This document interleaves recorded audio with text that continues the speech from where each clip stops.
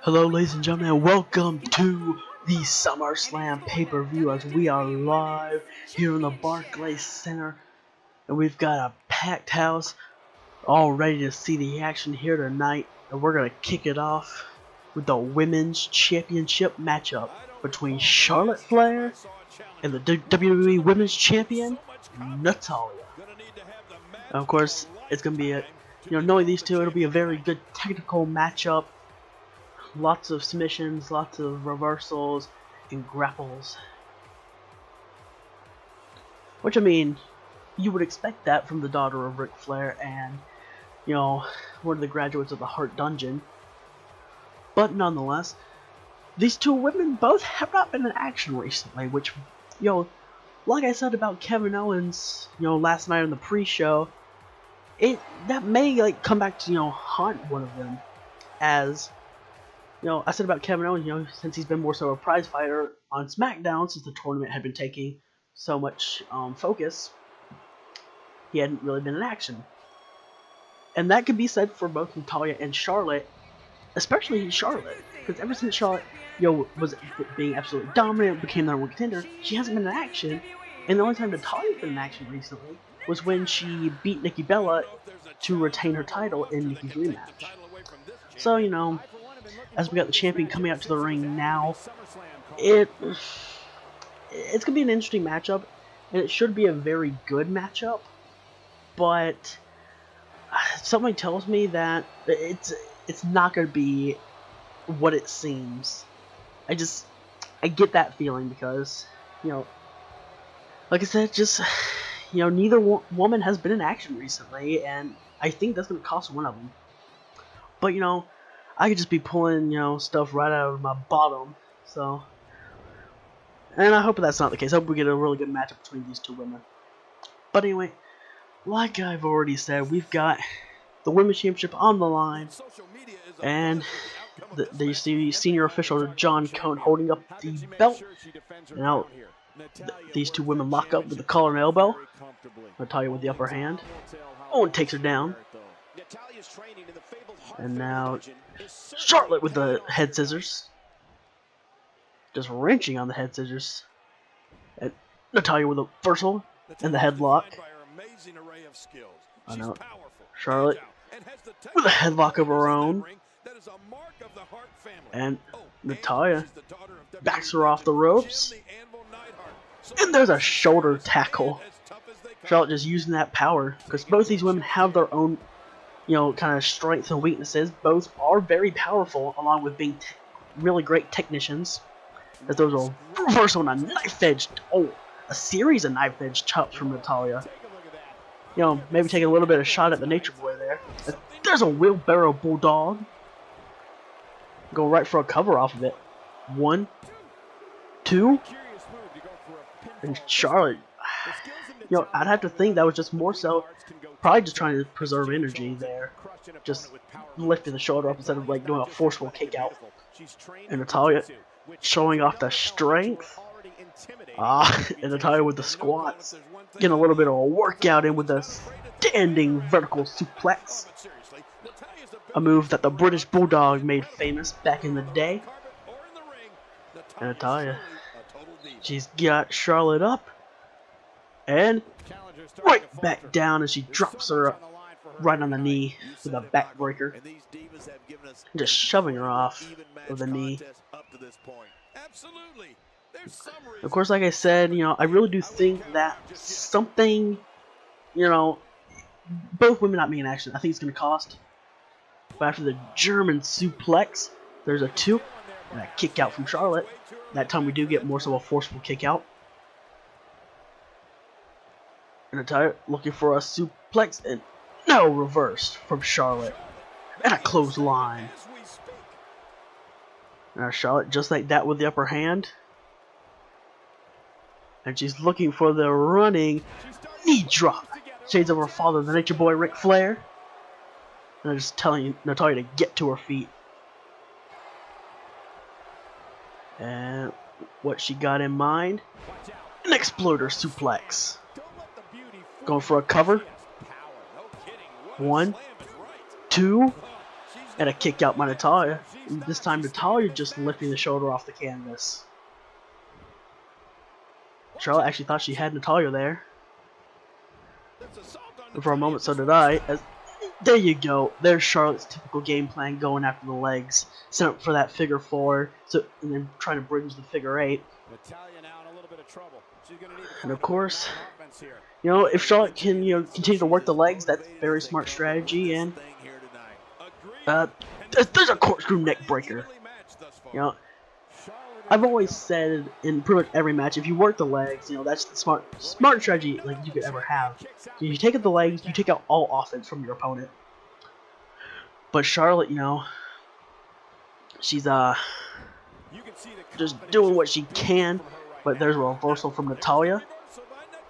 And look at Natalya with the Canadian backbreaker. Yep. Your Canadian backbreaker. Just, oh, that's gotta hurt the lower back of Charlotte. As she's trying to fight it. And there it is. She got out of it. And a drop kick. Very nice standing drop kick, and then a kick right to the face. Now Charlotte once again with the head scissor. And Charlotte, just look at the athleticism from Charlotte. Just doing a flip with the head scissors still locked on, and she's gonna do it again. And, oh, now Natalya fights out. Very athletic from Charlotte, but you know, Natalya, she's a veteran in the ring. That's not Natalya. I think she's looking for another submission. Yes, she is. The Romero special this time. Now Charlotte trying to fight the Romero special, and she fought to get out of it, which was successful. Oh, she missed a chop, but just tossing her by the hair. That does not feel great. Now, once again with the head scissors, Charlotte, she's been coming back to this move a few different times in this matchup already. And Natalya, the champ, just trying to fight it. That's exactly what she does. As, once again, Natalya with the wheelbarrow bulldog. Natalya saying, get up. Just staring at it, and a forearm right to the face, and a clothesline to the outside of the ring. And Natalya just taunting, you know, just telling Charlotte, okay, get back in the ring. Because, you know, Natalya's, she's not going to go out and get her, but she's also not going to, you know, take a count out win. But Charlotte just dazed and confused. But she's getting back in the ring now. Once again, now these two women just staring at each other again. Oh, blocks the chop, did Natalya. And there's a forearm again. And a clothesline. Charlotte just has not been able to get into this matchup, really. It's been pretty much all Natalya. As now, look at this. The bow and arrow just driving both knees into the lower back. Is this enough to put away Charlotte? As she hasn't been able to get into the matchup. Yes, it is. Charlotte tapped out to the bow and arrow. I can't believe that. But Natalya, a quick victory for her. And she's going, you know, she's leaving the Barclays Center with the Women's Championship still. So, already a great night for Natalya. Congratulations, Natalya. And Charlotte, maybe next time. Maybe next time. But that was a Women's Championship matchup. And now it's time for the WWE Tag Team Championship matchup between the Social Outcast and the Dangerous Alliance. Of course, representing the Social Outcast will be Fandango and Bo Dallas. And of course, they've got their manager and founder, Heath Slater, who will be at ringside. And while he hasn't been at ringside recently, typically when Slater's at ringside for a Social Outcast match, that member of the Social Outcast picks up the win. So maybe Slater's just a good luck charm. Maybe the referee should just learn to eject people more often. I don't know. But Social Outcast, they've looked very, very impressive with their latest victory coming over Tyson Kidd and Antonio Cesaro on Saturday night's main event not too long ago. But the Dangerous Alliance, they've also looked very impressive, especially in the lead up to winning the title, that Money in the Bank. But they haven't been in action recently, and I think, like I already said, about Kevin Owens and Charlotte, I do think that's going to cost them. And of course, Kevin Owens won't be in action until later tonight, but it did cost Charlotte not being in action for so long. I think that may cost Dangerous Alliance as well, but I've learned something about Dangerous Alliance. You never count them out. They've been absolutely on fire. When one's not performing well, the other performs well. And when they're both performing well, it's very difficult to beat them. Let's just say that. But of course, WWE Tag Team Championships on the line for the Monday Night Raw. Of course, Raw's tag titles, as you can see, are the only tag titles on the line tonight. But later on tonight, we'll see a tag team number one contenders matchup for the World Tag Team titles between Tyson Kidd and Antonio Cesaro against the Wyatt family's Bray Wyatt and Luke Harper. But that's not the focus right now. The focus is Dangerous Alliance versus Social Outcast, seeing who has the most momentum and who can pick up the win.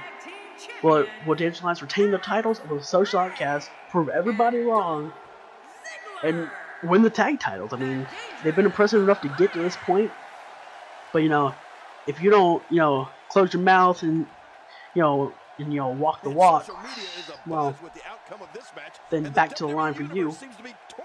But at the same time, I don't know, because as you see, the match starts off with Bo Dallas and Alex Rain. But it's very interesting, because Dangerous Alliance have beaten literally everybody. And so if they beat Social Outcast, they have no competition on Raw anymore. But if the Social Outcast wins, that pretty much, puts everybody back in contention. Because it's, new set of champions. We don't know, what teams on Raw could beat the Social Outcast. But as Ray pushes off of the side headlock, and Bo Dallas with a hip toss and a DDT. Like I said, it's very interesting, because if the Dangerous Alliance, pick up a win, as Ziggler just tagged himself in. I don't know if Alex. You see Alex getting a cheap shot, but that's not a lot like Alex Rain. But at the same time, Ziggler's never done that before, tagging himself in. But Alex, he's not. It looks like, he's just going to let it go, just trying to get the crowd, behind Ziggler. Which, of course, that's not hard to do. The crowd loves Ziggler and Rain. But, nonetheless, what the hell, Ziggler? Ziggler just took the turnbuckle pad off. This really isn't like the Dangerous Alliance. But after a huge big boot, who knows what the Dangerous Alliance will be thinking after that. Ziggler, he probably just lost a couple of teeth. But Bo Dallas on second rope, unfamiliar territory, as he just kicked Dolph Ziggler right in the face on the way down. Maybe he just wants Dolph to lose all his teeth, get dentures, I don't know. There's a spine buster. Brutal looking spine buster, and Bo Dallas realizes early on this could be it. 2, and a kick out at 2 by Ziggler. And Reigns is trying to get everyone behind Ziggler, because he's not doing well right now. Bo Dallas is absolutely dominating both members of the Dangerous Alliance. And now Ziggler into the Social Outcast corner. And here comes Fandango, as there's a drop toe hold and an elbow drop.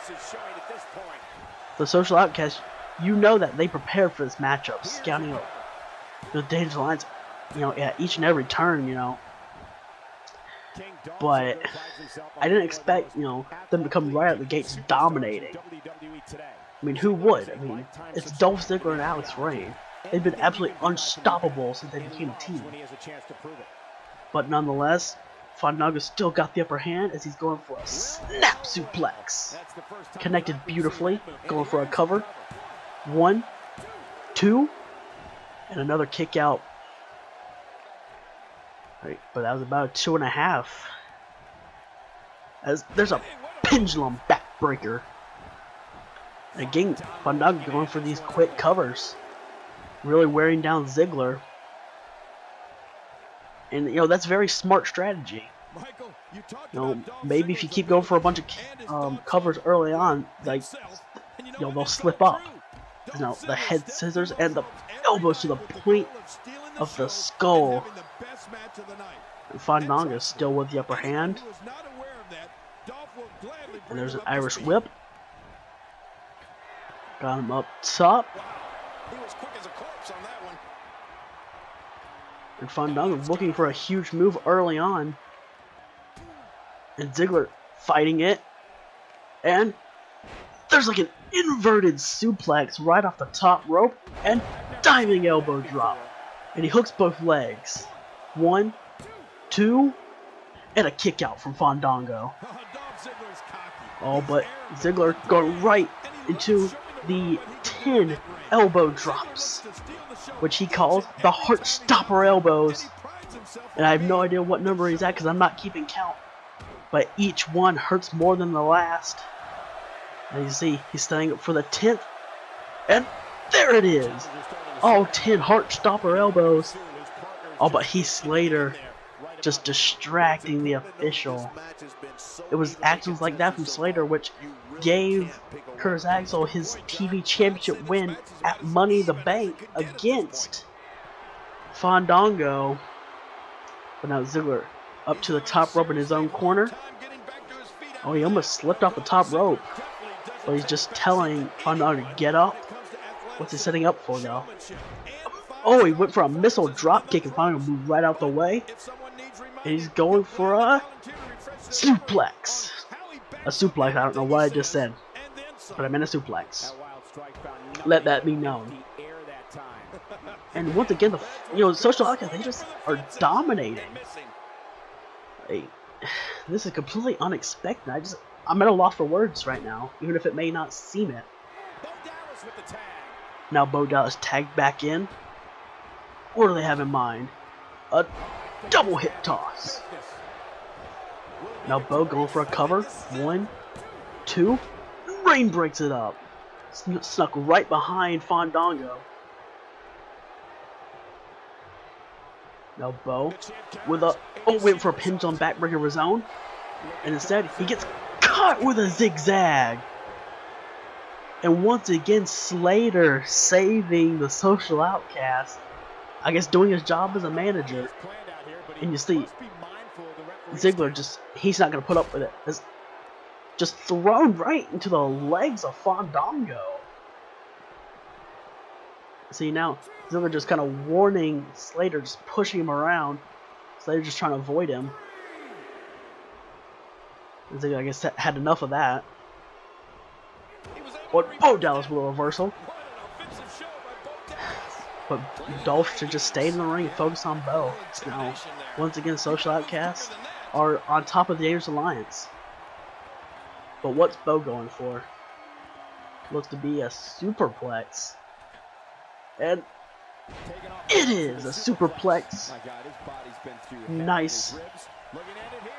Now, cover. 1, 2. And again, Rain breaks it up, saving his tag partner. Ziggler needs a tag right now. He is getting absolutely just dominated. Oh, but this may be the opportunity. There we go.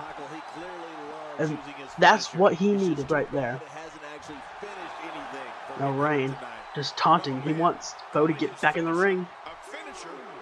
Which at this point, I mean, I don't condone this, but Dangerous Alliance, they may need a count-out victory or something, because, like I said, I've said multiple times they're being absolutely dominated by the Social Outcasts. I mean, they need something right now. As Rain with a reversal and a chop. Now he's just lighting up Bo Dallas. There's a knee. The running knee while Bo is laid out in the corner. And now Alex Rain with a brain buster. They're going for a cover. 1, 2. And now Fandango's the one saving his partner. Oh, but Fandango, you see there, allowing for Bo to reverse. And a running bulldog. The Social Outcasts came to play tonight. And they're doing more than playing. As once again, they are dominating. Bo just taunting him, saying, pretty much saying, is that all you got? So here we go. Just throwing Rain into the corner.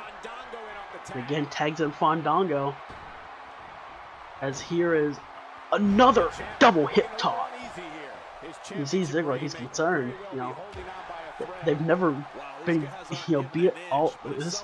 Fandango actually almost, hurt his tag team partner. That allowed Rain to drop him with a clothesline.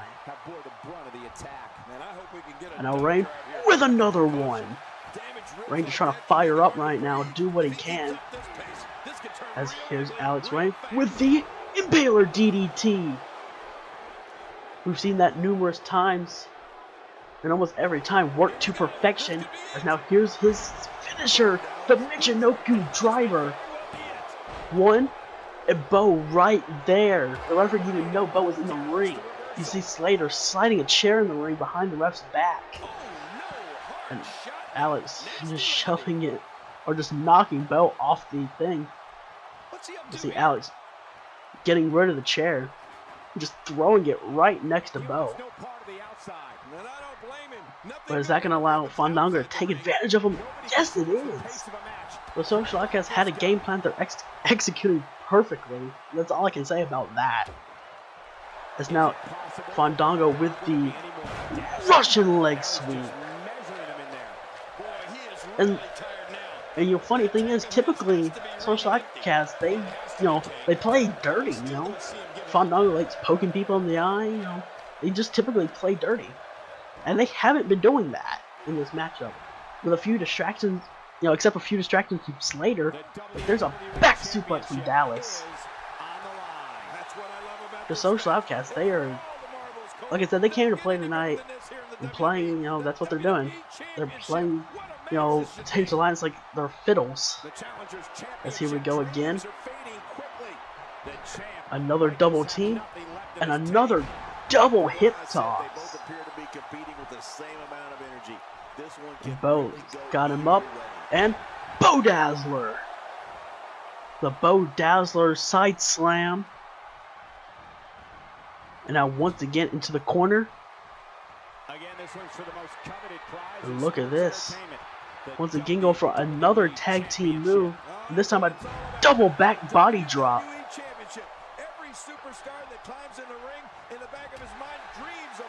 Oh, and again, almost hurt each other.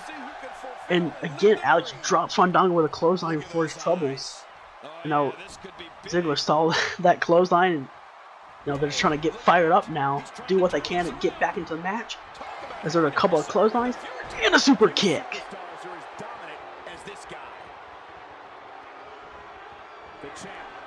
Now Rain going to the top rope, and he's got to be setting up for that 450. That signature 450 splash. And there it is! The 450. And now he's got Fandango. He throws Fandango into the Social Outcast corner. And Bo tags himself in. I don't know what Alex was thinking there. But there's a reversal and a clothesline. And once again, the Social Outcasts have the upper hand over the Dangerous Alliance. And it's not good for them. As Bo with a back elbow. And Bo, once again, he's got Alex in the corner. Oh, we saw them defeat the Golden Truth on Raw with this. The back suplex and the leg drop combo. And that very well. Oh, and Fandango. He's not done with him. Oh! Fandango tried to go for another leg drop. And Ziggler just knocked him off the apron. Or not the apron, the top rope. My bad. But he just knocked him off the top rope, and Fandango, that's what you get for getting cocky. You had the matchup won, You got cocky as Reigns just throws Fandango into that exposed turnbuckle. But you know, you have to know that you just have to know that he wants to just get Fandango to stay in the corner, but you know, Fandango, you know, he just keeps rebounding from pain after going to that exposed turnbuckle. Sort of a Reigns wanted. He can't effectively hit, but he effectively hits the Rainmaker. That's how he has won so many of his matches. And once again, Slater distracting the official. And Reigns, you know, he's never had to deal with managers like this, as there's the inverted atomic drop. Oh no, he's got Fandango up, and no, Fandango first on a back elbow. And once again, the Social Outcasts with the upper hand. There's that poke to the eye. And a float over neck breaker. Now, Fandango just dragging Reigns' lifeless body around the ring. And you know, with Fandango going to the top rope, there's a good chance he wants that leg drop. Now, he's just taunting Reigns, saying, yeah, this is it. There's the leg drop. And the cover. 1, 2, 3. And I can't believe it, but the Social Outcasts came out, dominated the Dangerous Alliance, and just won the WWE Tag Team Championships. Now they're representing Monday Night Raw. As you can see, we're going to get some replays from the production crew on this matchup. And you see the Social Outcasts, you know, Bo Dallas, he can't believe they just won. But they did. They came out, had a game plan, dominated the champions, won the titles. And congratulations, Social Outcasts. You did what you set out to do. You proved everybody wrong.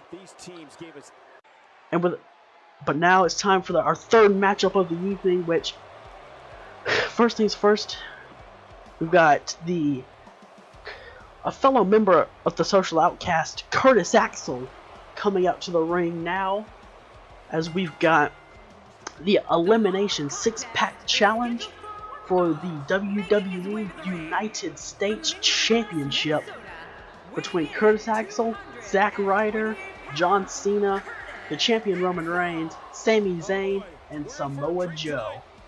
It looks like we're going to be the first entrant is Curtis Axel. And, you know, of course, you know, this matchup will start with all 6 men in the ring at the same time until we have the last man standing at the end of the night. And Curtis, he looks fired up, and you know, seeing his fellow Social Outcast brethren winning the tag team titles, you know, that's got to motivate him even more to win the U.S. title here tonight. But, you know, the U.S. title scene on Raw has been absolutely clustered, and that's why this matchup came to be. You know, all 6 of the men, you know, the GM Cardinal, he couldn't figure out who was the most deserving, because they all could stake their claim to the U.S. title. Oh, and here we go. Mr. Woo Woo Woo himself, Zack Ryder, coming out to the ring now. And, you know, Zack, his story with the U.S. title is a very interesting one. Because like I've said before, he really should be the U.S. champion right now. As Axel, he's not waiting to get this fight underway. As just these 2 men staring at each other on the ramp. And now, Ryder and Axel just lighting each other up. There's a punch. I can't talk right now, apparently. I almost said a funch. What the hell is a funch? I have no idea. As Axel throwing him in the ring. But this matchup hasn't even started yet. You know, you saw the referee follow Axel out of the ring. Because, you know, just trying to get these men, you know, in the ring so the other entrants could come out and the match can get started. As you see, he's doing that again. But these 2 men, there's so much bad blood between them. And I don't exactly know why. I mean, besides the fact that Axel caused Ryder to lose by countout on Raw 6 nights ago, as there was a double countout in their match. I don't know. Maybe there's some backstage altercations that I'm not aware of, as just Axel got thrown into the crowd and Ryder's gonna follow. And now this is looking very reminiscent of Monday Night Raw 6 days ago. Now Ryder just getting thrown, just deeper into the crowd. These two men just fighting. And as you can see, Sami Zayn making his way up to the ring now. I guess he says, I just want the match to start. Like I said, just making his way to the ring. But I have to say, we're still, like, Axel and Ryder are still fighting it out in the crowd. But, you know, I don't know. Sami Zayn, of course, well documented, he had that 9-match losing streak where he couldn't pick up a win. You know, his losing was worse than Dean Ambrose's losing when Ambrose was on Raw. Let's just say that. But Ambrose and Zayn actually had very similar stories, because Ambrose couldn't do anything on Raw, couldn't buy a match, and then he moved to SmackDown, and Ambrose, you know, it's helped his career. And the vice versa for Sami Zayn. You know, Zayn couldn't do anything on SmackDown. Came over to Raw, picked up a win over Rusev, picked up a win over John Cena. You know, and he's got himself into the U.S. title picture. So, great news for him. As Zayn just waiting for somebody to come out, that way he can, you know, just fight somebody. And it's gonna be the guy he beat on Raw, John Cena. And Cena's another guy that it's been very interesting for Cena, because he started off on top, as you know, back in April he picked up a win over Seth Rollins, but then he lost to Roman Reigns. He lost the triple threat when Roman Reigns got pinned at Extreme Rules, and then, you know, he kept losing and losing and losing, and then he failed to qualify for the Money Night Ladder match. He got beat by, let me think, he beat Dean Ambrose on main event to keep his job on Raw. But, you know, we'll see what happened with Ambrose. You know, maybe Cena should have lost. I don't know. But, you know, just Cena has not had the best of luck, and he finally started to turn his luck around. You know, and that's great for him. As now we got, you know, Cena in the ring and Sami nearby, as you can see in the background. And, of course, these two men put on a fantastic matchup on Monday Night Raw. It was absolutely great. One of the best matches Cena has had here in Universe Mode. And that's all I can say about that. As, you know, Cena, you know, threw off the hat, threw away the dog tags, just waiting. You see Cena and Zayn both in the ring, just walking back and forth, just waiting for the referee to ring the bell. But, oh no, not this. Now Samoa Joe and Roman Reigns fighting now, as they're fighting up on the stage, just hammering away on each other. And come on, guys, just get in the ring, please. As, oh god, Joe just being thrown to that Minitron. Now Reigns, he's got him, and a suplex on the I'm sorry, ladies and gentlemen, I cannot talk, but that was on the exposed concrete.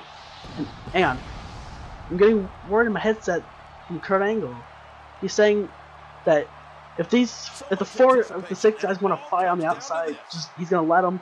And he just told senior official John Cone to ring the bell and start the U.S. title match. So this Elimination 6-Pack Challenge, it's going to be starting right now, as there's a call-up tie-up, and Zayn with the upper hand. And there's a hammerlock. Oh, now Cena takes down Zayn. And they're just wrenching on the arm. But there's the roll through from Sami. And they lock up again. This time Cena with the upper hand.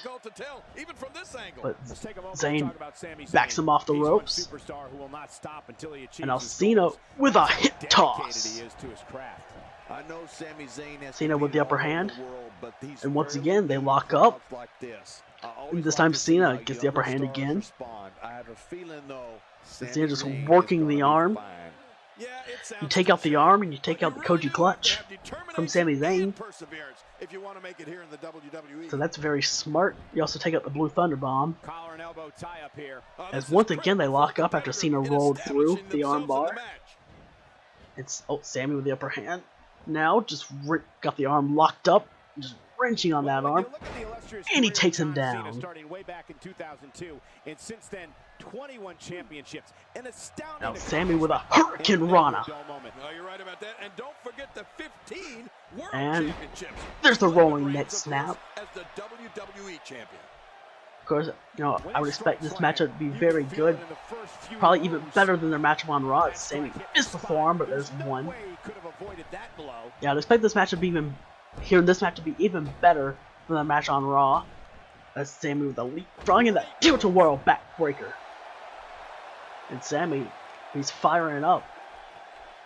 Sami realizes this is his time. He's finally, broken the losing streak. He's finally picking up key victories. But can he, take those key victories that he's been picking up and win the U.S. title? Of course, we have to wait and see. As there was another rolling neck snap. Sami off the ropes, and he caught a glancing blow of Cena on that elbow. Oh, and Cena rolled out of the way of the elbow on that one. Now Cena with the upper hand, just lighting Sami up. Cena did that to Zack Ryder on an episode of Main Event, just lighting him up in a match. And Ryder was not prepared for all the strikes from Cena. This is great. This guy will try anything. As after a clothesline, Cena got the upper hand, and Cena looks to be going for a suplex. Connected beautifully with the suplex.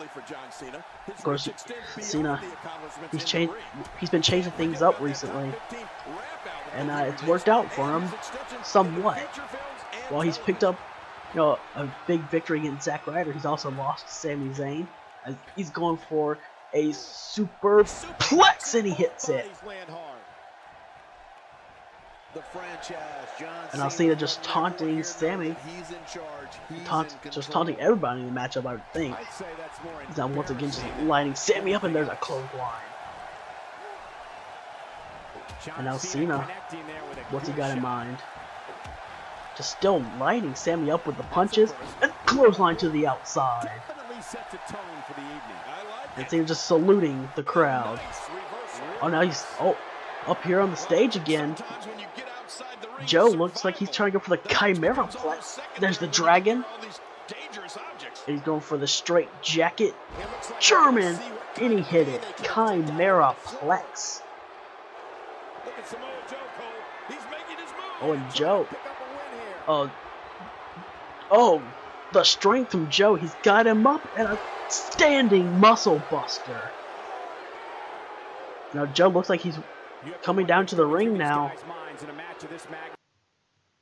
And it looks like Joe's trying to make his way down to the ring. Oh, now Ryder and Axel still fighting in the crowd. Now Ryder just throwing Axel around.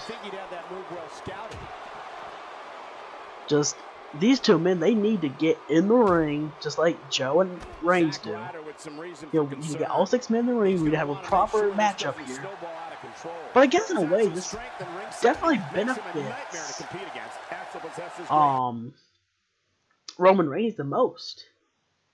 Because instead of just a bunch of all 6 men all clustered in the ring, just having a bunch of pretty much one-on-one matches whenever somebody gets knocked out.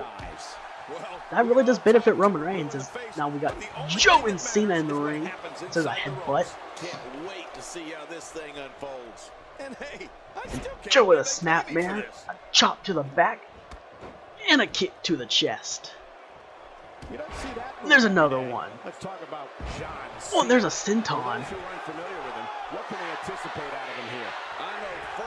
Oh, Joe off the ropes. And another senton. Or Joe up to the second rope. And a third senton. Joe going for a cover off the trifecta sentons. 2. And a kick out by Cena.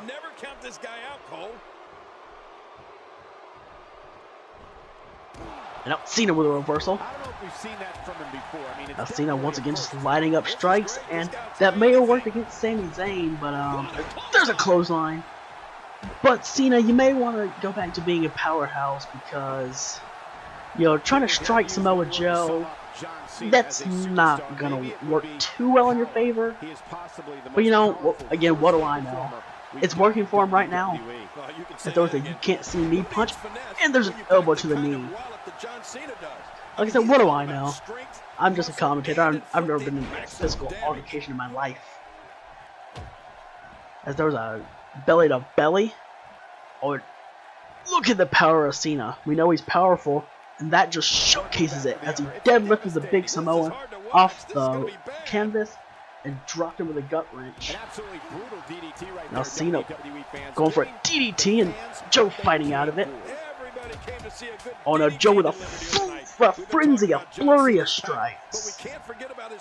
Just a flurry of chops. Right to the face.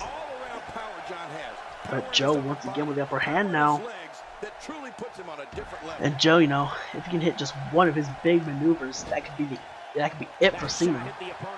But of course, we have not seen an elimination yet. But we have seen Cena take out Joe. Not Joe. We've seen Cena take out Zayn. We're seeing Joe and Cena fight right now, as Joe also took out Reigns, as Cena just shoved Joe off of the top turnbuckle there. Now just calling for the Samoan to get back up. There's a missile drop kick. Now Cena going back to the leg. That's very smart strategy from John Cena. As now he's got Samoa Joe up. And there's the sit-out facebuster. The sit-out spinning facebuster. Cena going for a cover. 1, 2, he could have him. No! A late 2 count. About 2 7/8. Cena looking for the 5-knuckle shuffle, and no. We hadn't seen it in a long time. And that's the reason why. Because people just kept on reversing it. Kept on finding a counter for it. And there's the elbow. And the enziguri. And both men just kind of fall on top of John Cone. But Cone, he's persevering through the pain, getting up. What the hell? Is that Chris Jericho? Yeah, that's Chris Jericho. He's hopped the barricade. Of course, we know that Joe and Jericho, they cannot stand each other. We know that. But now these two are just fighting each other. Just going back and forth. And I can confirm, Jericho's not in this matchup. He is not in this matchup. But Jericho, he wants to take out Joe, and there's the Lion Salt. We saw Jericho interfere in a matchup between Roman Reigns and Joe 6 nights ago. But Jericho just taunting Joe, and Code Breaker. Come on, Chris. Really? I mean, the Elimination 6-Pack Challenge is a no disqualification match. So, I mean, anything's legal. You see Jericho, he's just happy with what he's just done. He's laid out Joe with a Lion Salt.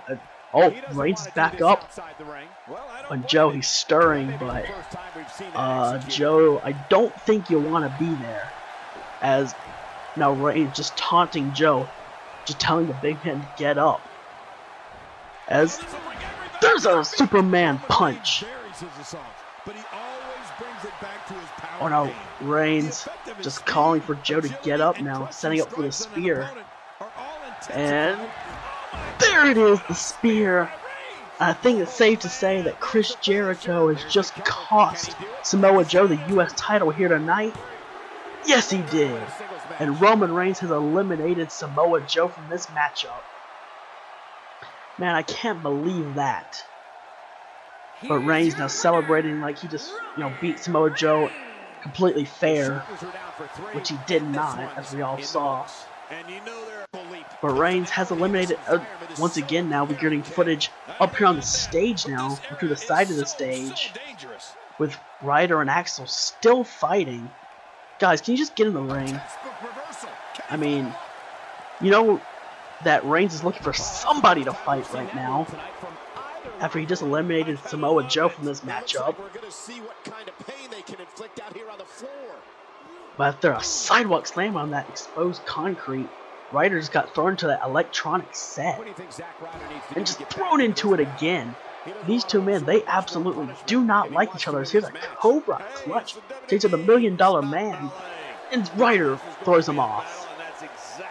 Ryder managing to find a counter for the $1 Million Dream. Cobra clutch. And now, Ryder's the one just throwing Axel around, throwing him near and onto the Minitron, into the electronic set. Yep, threw him right into that Minitron. And you know, I've never been thrown into an electronic set or a Minitron, but I'd assume that it hurts. As now just dragging Axel, and come on, guys. Ryder's dragging Axel backstage. Now we've got Reigns and Zayn. Zayn back in the ring. He's trying to take it Roman Reigns. There's Reigns with a reversal there. No, Reigns lighting up Zayn with the strikes. Pulls him back. But Zayn with a reversal. There's a kick. And Zayn with another jawbreaker. Now, Zayn going to the top rope. But he took too much time. But he kicks Reigns away. And there's the crossbody. He didn't stick for the landing with the cover though. But he's going for a delayed cover after it. Not too delayed, but still delayed. And he's still alive though. The champ is still alive as there's a huge clothesline from Zayn. And now Zayn's going for a Hurricane Rana. You saw him do that against Cena, and it worked out. And it worked out again. This time against Reigns. And the U.S. champion right now, he is getting dominated by Sami Zayn. Is this Sami Zayn's night? Is this the night that Zayn becomes the U.S. champion? As Zayn calling for Reigns to get to his feet. Going for a springboard drop kick, and he missed. He overcalculated that, to say the least. He flew right over Reigns. But Reigns now just delivered the elbow. And there's another one. Now going for a cover. 1, 2, and a kick out from Zayn. And Reigns, he got the first elimination, which will help his confidence. As went for a belly to belly, and Zayn reversed. And Zayn, of course, with the upper hand, there's an uppercut. And there's the sunset flip power bomb, but a rope break. There's an elbow to the back though. And another. And another. Now Zayn going for the cover off the 3 elbows. 1, 2, and a kick out from Reigns. And the champ almost just got defeated. That's not good if you're Roman Reigns. But there's a chop and a forearm. Now Zayn, slingshot, Falcon Arrow. Beautiful move from Sami Zayn. As he's got Reigns up. And Blue Thunder Bomb.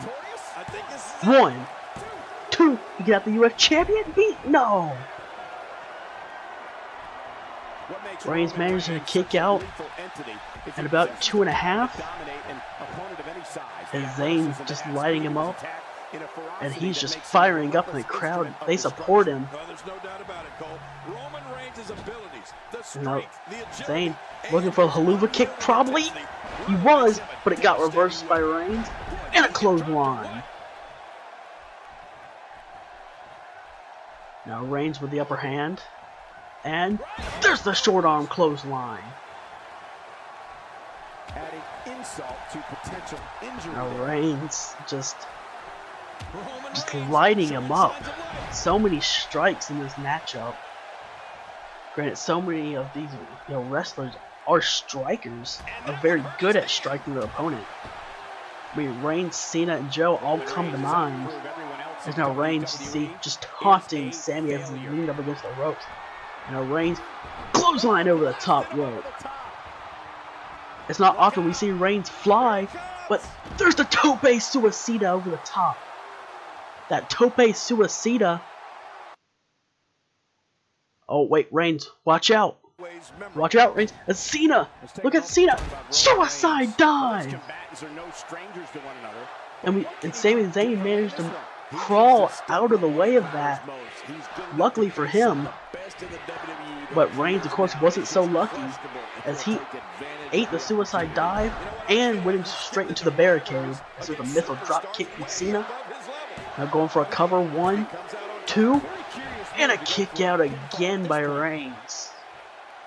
And Cena, after all that abuse he saw Sammy give to him, he gotta be thinking, like, what the hell do you have to do to beat this man, Roman Reigns? There's a hip toss. Classic maneuver from John Cena. Now Cena just unloading with the right hands now. Well, we got a man in the squared circle today. I'm talking about John Cena. That has to be hard Irish whip. And Reigns bounces right off the turnbuckles. As we have managed to get the turnbuckle padding on that turnbuckle from the last match. But Cena hit a Luthez press. And what's he looking for now? He's looking for a DDT. But no. Reigns fighting out of it. And a clothesline. Now Reigns saying, it's almost time for a Superman punch. As Reigns drops him with a neck breaker. This is going to be big. Reigns, once again, he wants to fly. Going to the high rent district. You have to do it. In a matchup like this, you have to do whatever you can. As Reigns trying to hit a top rope spear, he did not get all of it. And he realizes that, as he's not even attempting to go for a cover. As there was an uppercut. And there's that belly to belly he wanted earlier. Now Reigns just taunting Cena. Cena getting to his feet. Oh, but they hit heads. And Reigns, it obviously didn't affect him. They're just clotheslining him back in the corner. And speaking of clotheslines, look at all these. There's another one. A huge one that time. And Reigns, he's absolutely... just unloading on Cena. As there's a Samoan drop. Going for a cover after the Samoan drop. 1, 2. You could have him. No. Cena with a kick out. And there's the rolling neck snap from Reigns, though. This match is definitely testing his mettle, guys. Reigns, another unfamiliar thing for him. Going for a submission as he's got the Boston Crab locked in. And Cena quickly powers out. Sorry, Reigns. Sorry, Roman. If you were Chris Jericho, that Boston Crab may have worked out. But you're not. As there's a gut-wrench suplex from John Cena. Now Cena, we saw him do this to Samoa Joe. And now he just deadlifted Roman Reigns. And gut-wrench suplex. Cena, you better be careful. You hit too many more of those, and Brock Lesnar may come after you for doing too many suplexes. But Cena throwing Reigns to the outside, and he's going to follow him. And of course, no disqualification in this matchup. I said it earlier. Now just waiting for Reigns to get to his feet, and Reigns blocked the chair shot. Cena was looking for a shot right to the skull of Reigns with the chair. Instead, Cena eats an electric chair drop. And Reigns just taunting Cena now. Saying, get up, I'm going to hit you with a Superman punch. At least I'd assume that's what Reigns would say. Since he loves to hit the Superman punch at like every opportunity he gets. Just waiting for Cena to get up though. And I'm correct! There's a Superman punch. Now Reigns throwing Cena back in the ring. Reigns knows he's got Cena exactly where he wants him.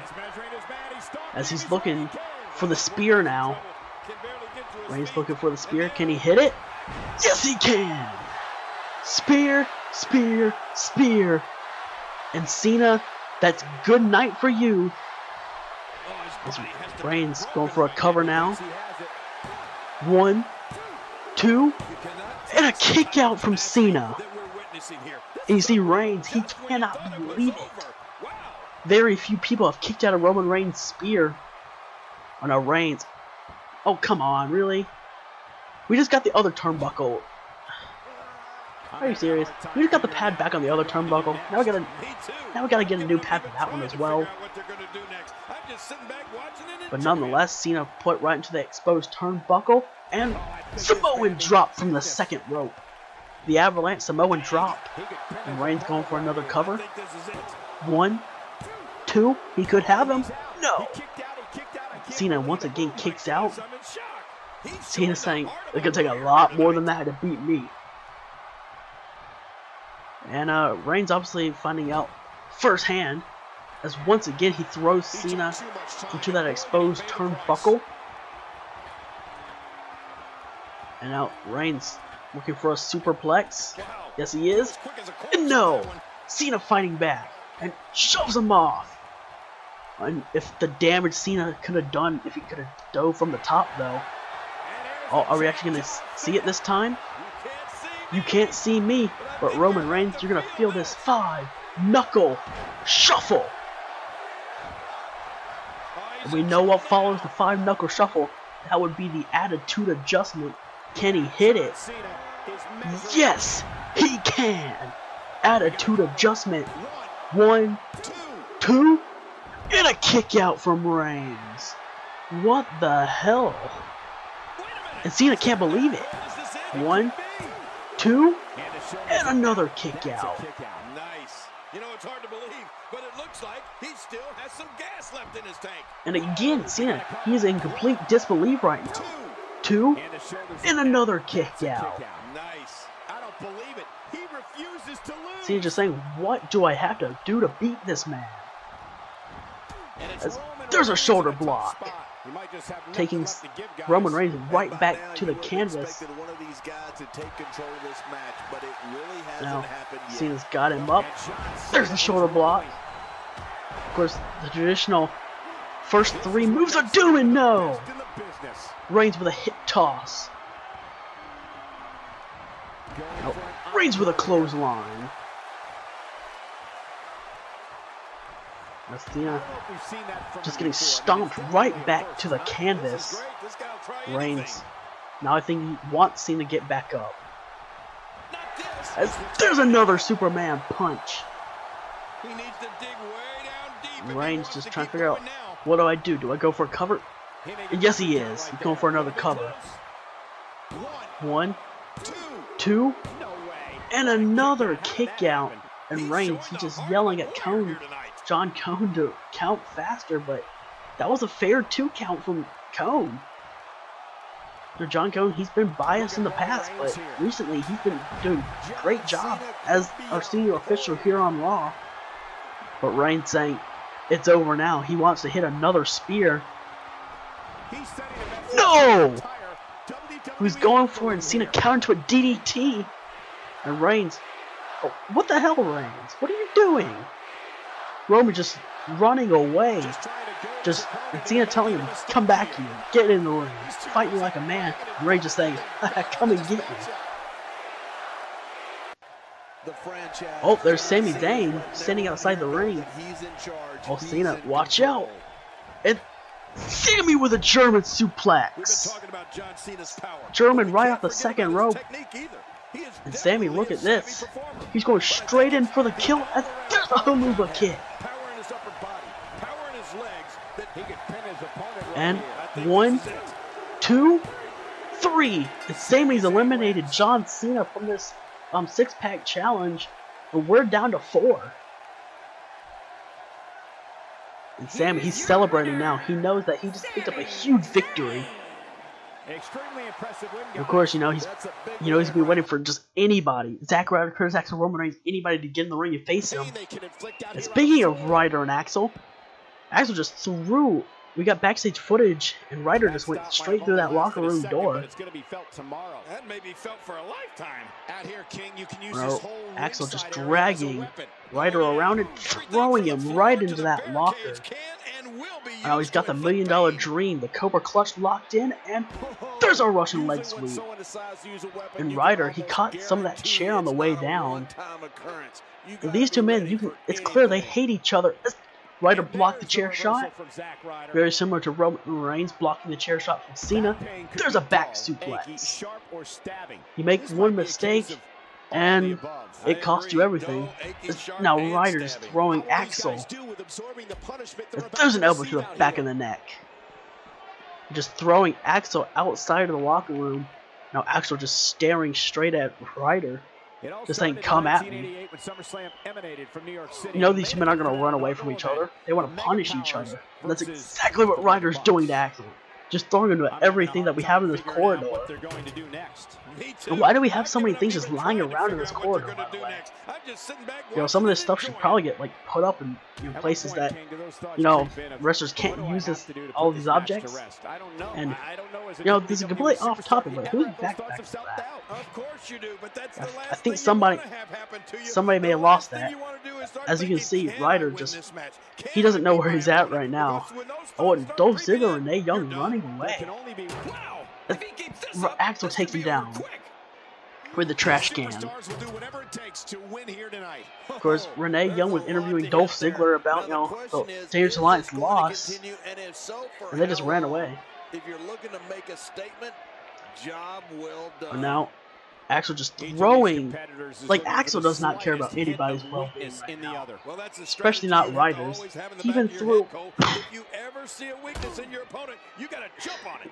He even threw, Ryder into that backstage official. Like, come on. All the dude wants to do is get you in the ring. That way, the match, you two can actually be like officially into the match. As once again, just Ryder, you know, getting thrown into that steel barricade. Because we still use steel barricades, but we got a lot of padding on them now. So I mean, they still hurt if you throw it into the ones we have now, but not as much as if, you know, there was no padding. And, oh no! These two men have just fought into the boss's office. And I don't know if that's Vince or Stephanie in there, but they better hope it's Vince McMahon in there, and not Stephanie. Because Vince, he doesn't mind if two people are fighting, you know, getting their aggression out. Okay, and lucky for them, Vince is in there. As Axel is throwing Vince near, or just throwing Zack near Vince's desk. And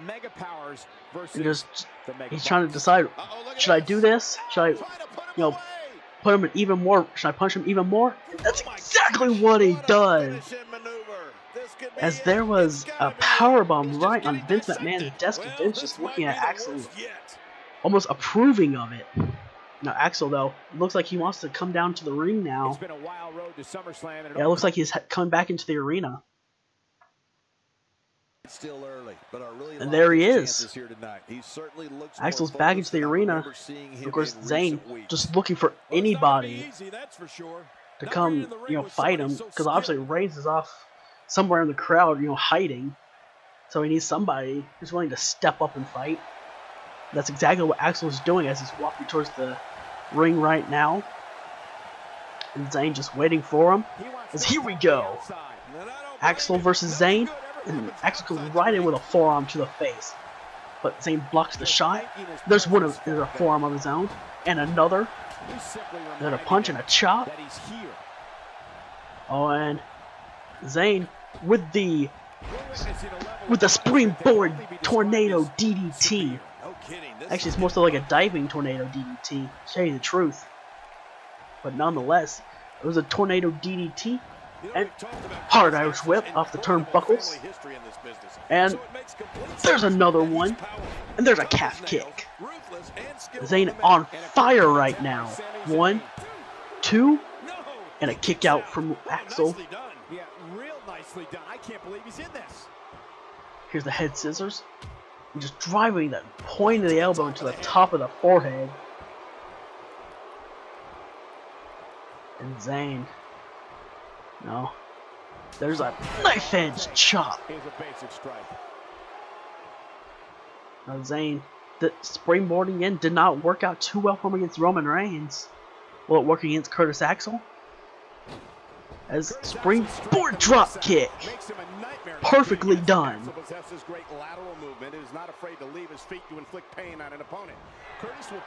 Oh, and Zayn going to the top rope. What's he got in mind?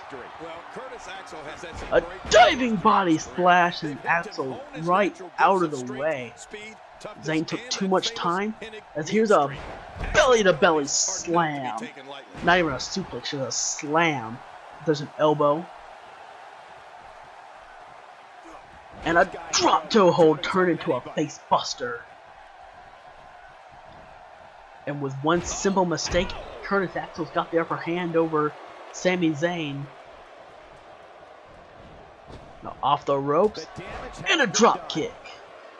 The running drop kick from Axel.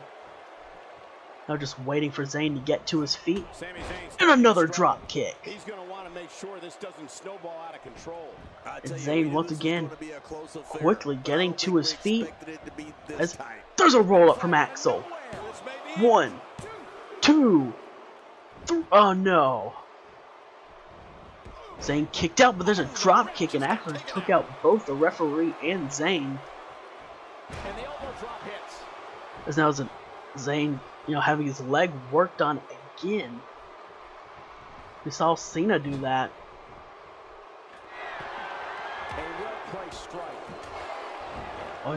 Axel just unloading the strikes while Zayn was perched on the top. Now high rate district from Axel. And there's the diving elbow drop. Connected perfectly with it. 2. And a kick out again. Not even a kick out. Zayn just lifting the shoulder off the canvas. But Axel realized he was that close, to eliminating Zayn and getting even closer to winning that US title. But there's a sunset flip power bomb as Zayn reversed a neck breaker to be able to hit that. Axel off the ropes and a calf kick. He doesn't want to absorb much more punishment if he wants to win this match. Oh man, he and now Zayn's got Axel into the corner. Not so much. Sami Zayn has eyes to and Zayn looking for the corner exploder. And Zayn firing up.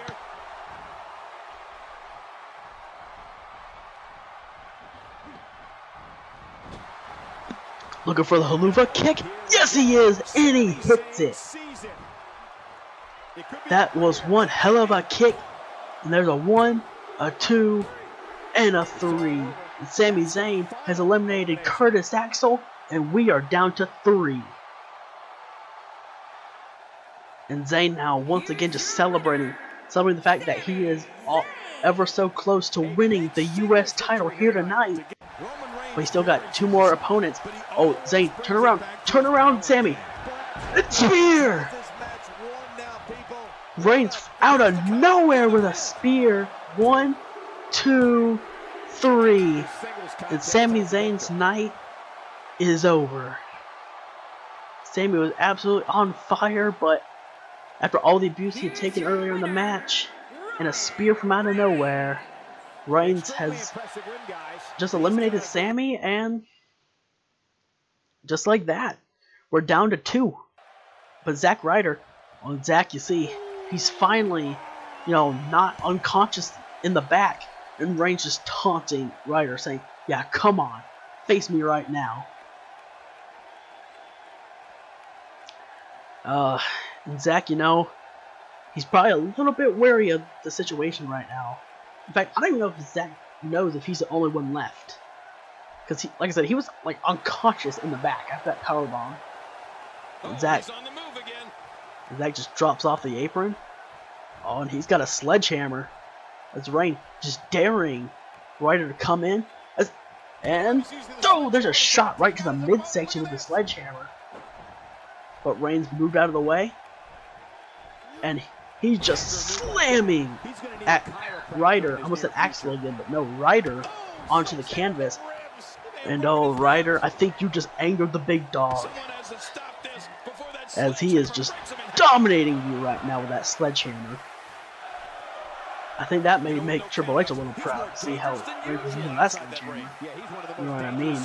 Now, he's got a baseball bat right to the chest. Maybe even caught the throat with that baseball bat. And, yep, Zach, you've definitely angered Roman Reigns right now. As once again, Reigns going to the outside. Axel managed to pick himself up. When he's got the sledgehammer. You know, Reigns. Yep. I suspected that. I suspected Reigns would probably be a little bit quicker with the steel chair. But again, just dominating. I mean, come on. This is kind of ridiculous. And we've got, I mean, they're really, you know, utilizing the, oh, as he's got the sledgehammer and a shot right to the back.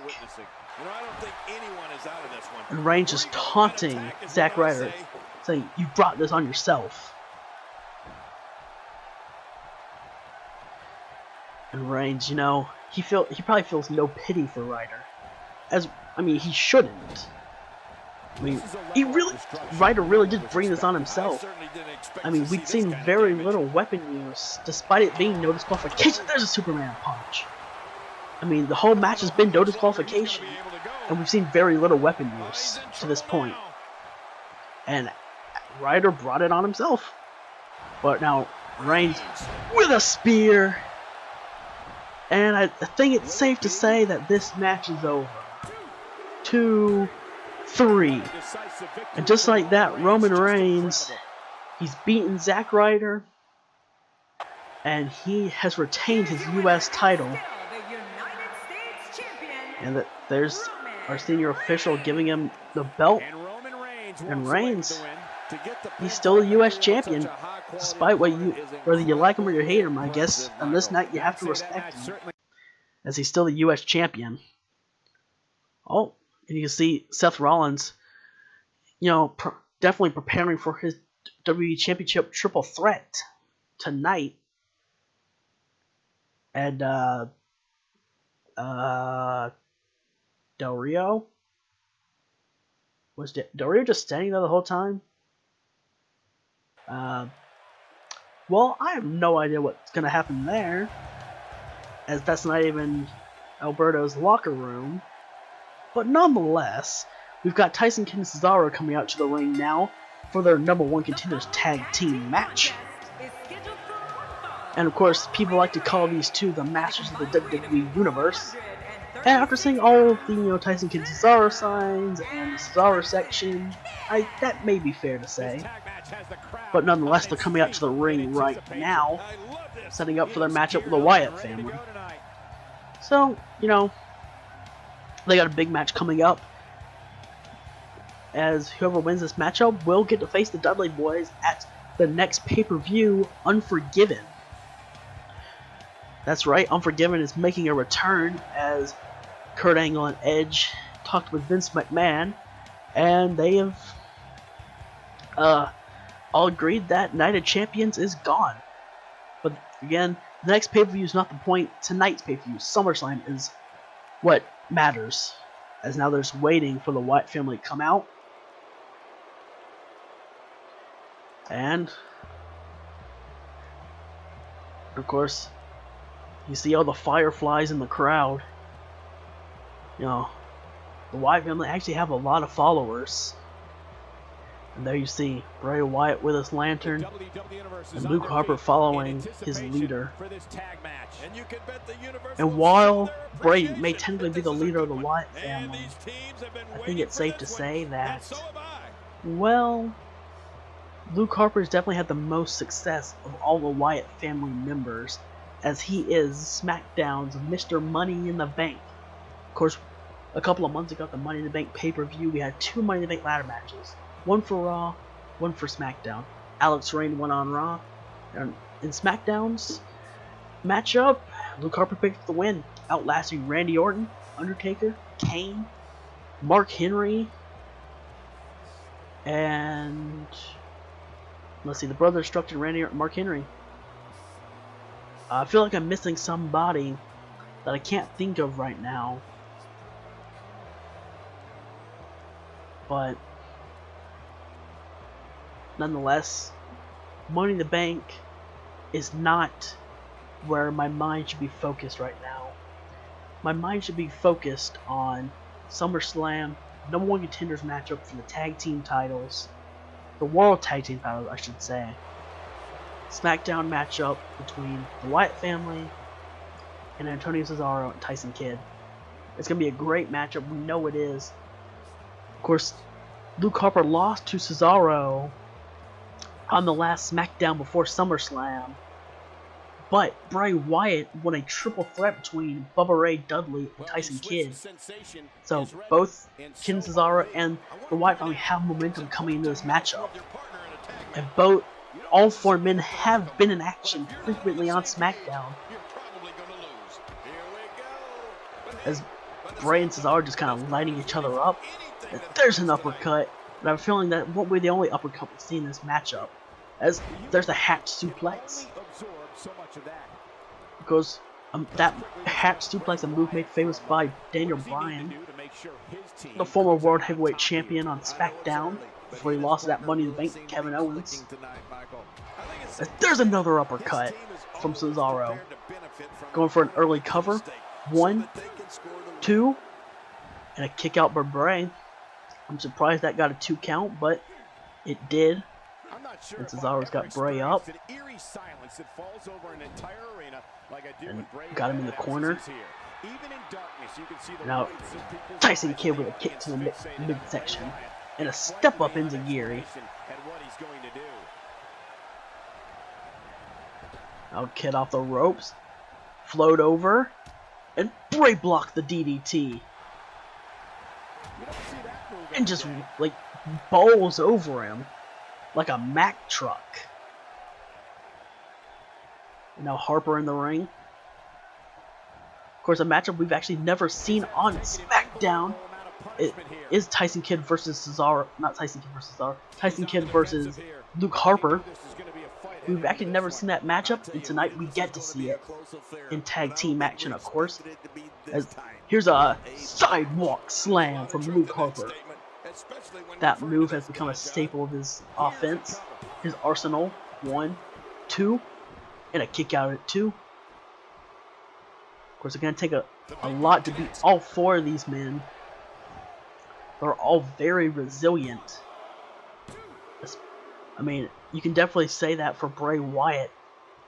You know, as if you remember early on here in Universe Mode, you know, since all the changes have happened, you know, Bray Wyatt, he came in dominating. He would not be beaten, even against the likes of the then world champion Daniel Bryan, Randy Orton, and so many other top guys on SmackDown.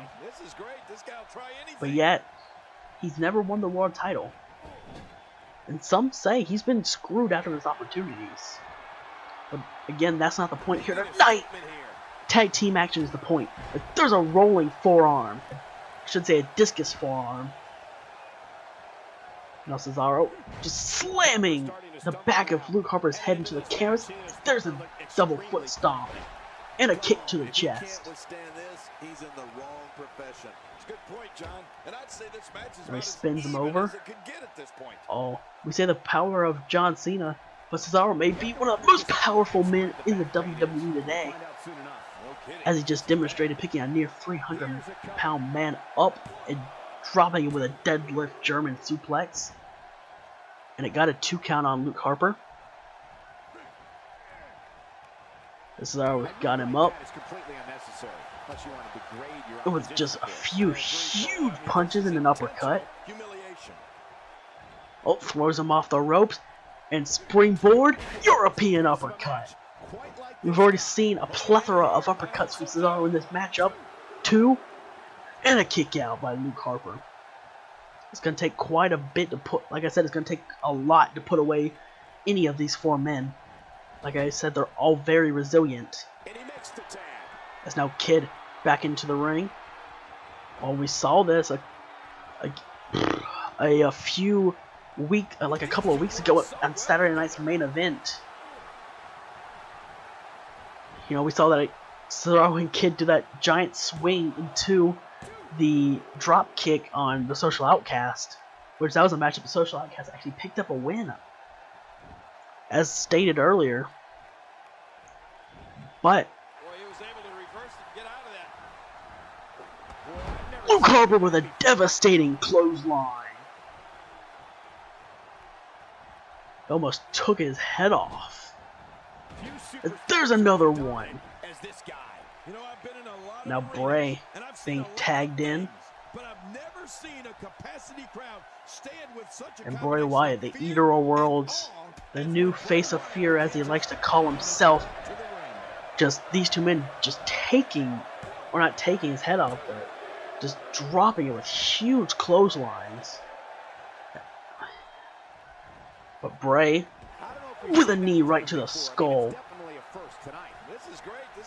And the Wyatt family have the clear advantage right now, isolating Tyson Kidd. Oh, but Tyson Kidd moved out of the way. Oh, he missed whatever he was going for. But there's a knee to the skull. And a forearm. Oh, but there's Kidd to the outside. And now Bray just taunting Cesaro and Kidd. He likes to say he's the Eater of Worlds, but Kidd hangs him up on the top rope. And there's the Tope Atomico. Shades of Eddie Guerrero. Going for a cover.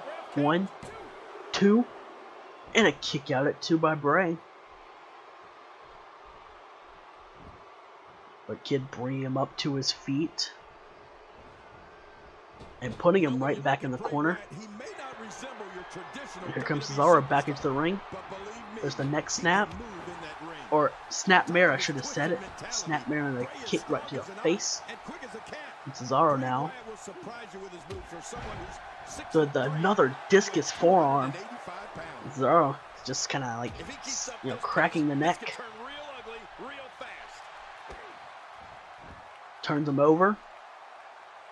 And just dragging him away from the ropes to the center of the ring. Now, I think he's going for the trifecta gut-wrench suplexes. And exactly what he's going for. That's exactly what he's going for as he hit the first 2. And there's the third. Trifecta gut-wrench suplexes. And he is not done. He's simply reminding him. Lately, he's been following the gut wrenches off with the Cesaro swing, but he didn't here tonight. As there was a back body drop, and he's just working on the neck of Bray Wyatt. Very smart strategy. Now here comes Tyson Kidd. Oh, his body has to be broken right now. And Kidd going back to the apron.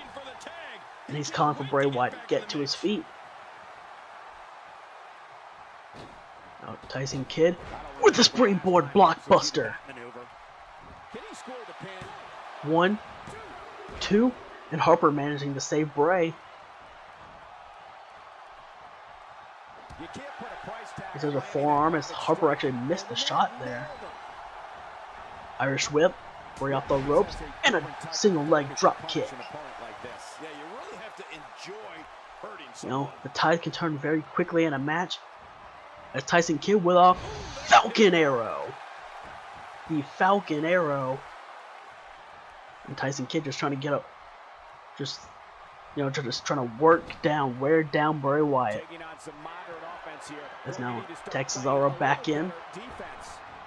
There's the Irish whip. And a double hip toss. And a double kick. I know Cesaro. I think he may be trying to set up for the end here.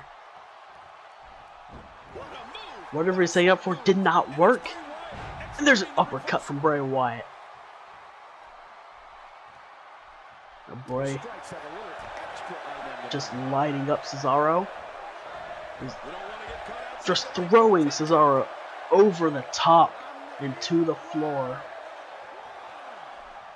Now Bray on the apron, and Cesaro makes him pay for wasting time.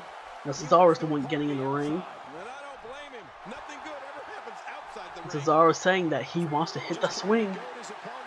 He wants to swing Bray Wyatt into oblivion. Oh, he tried to get Bray back in the ring. And this senior official for SmackDown saying no. Not letting Cesaro out of the ring. Now Bray gets reversed. Bray back in the matchup though. Back in the ring. Cesaro throwing Bray into the corner. And Luke tags himself in. And right upon entry into the ring, gets taken down by a vicious right from Cesaro. But there's a reversal from Luke. And there's an uppercut. Now Luke Harper, huge shot to the face. And look at this, there's the back suplex face buster. Now Harper just dragging Cesaro away from the ropes.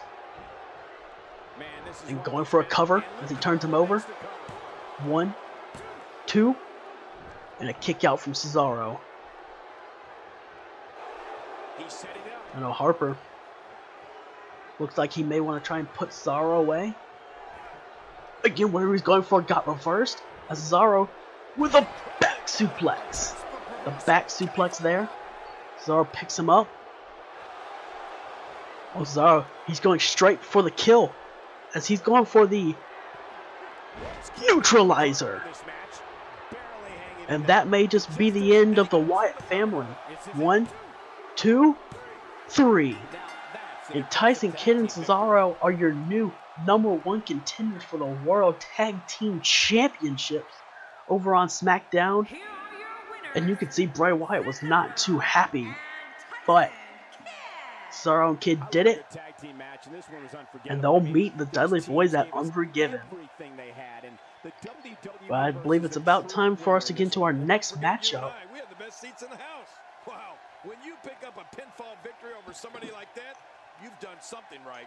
The crowd here tonight certainly seemed to appreciate the efforts. What a great match. As we still got Cesaro and Kidd, celebrating. But now it's time for the World Heavyweight Championship matchup. Of course, last night on the pre-show, we saw Finn Balor defeat Mark Henry in the tournament finals. And now he's set to face Kevin Owens for the World Heavyweight Championship. Of course, the leader of the Balor Club has been unstoppable since coming over to SmackDown from NXT. And he's even got a pinfall victory over Kevin Owens. So, but at the time of when he beat Kevin Owens, that was when Kevin was still early on into his title reign. But since then, Kevin has been absolutely unstoppable, with his only loss since winning the title being from Finn Balor. So some might say that gives Balor the edge over Kevin Owens, and I personally would agree. But at the same time, Kevin Owens, he's overcame adversity before. He won the 6-man ladder match at Money in the Bank to win the title. He's defeated so many greats here on SmackDown. Daniel Bryan, Dean Ambrose, Neville, AJ Styles, etc. Kevin Owens has been a man on a mission to absolutely dominate the world title scene of SmackDown, and he's done just that. But Finn Balor may be just the one guy that can stop Kevin Owens right in his tracks before he can even truly get going. But at the same time, Kevin Owens is Kevin Owens. I mean, he is unstoppable. He is, at times, a monster. If he hits you with a pop-up powerbomb, you're done. Only one person in the history of Universe Mode has kicked out of a pop-up powerbomb, and that was Daniel Bryan in Daniel's rematch for that title. And then he got hit with a second one, and he was done.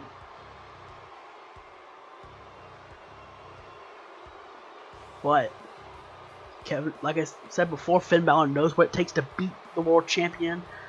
That man you see coming down to the ring right now, Kevin Owens. And like I said in the lead up to the pre-show, does Kevin have, ring rust? Because he's been like I said, he's been a prize fighter because the tournament has taken such a center stage.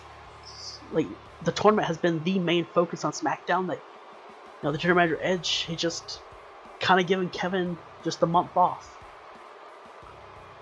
But of course, we have no idea if this could be the end of Kevin Owens. We'll just have to wait and see.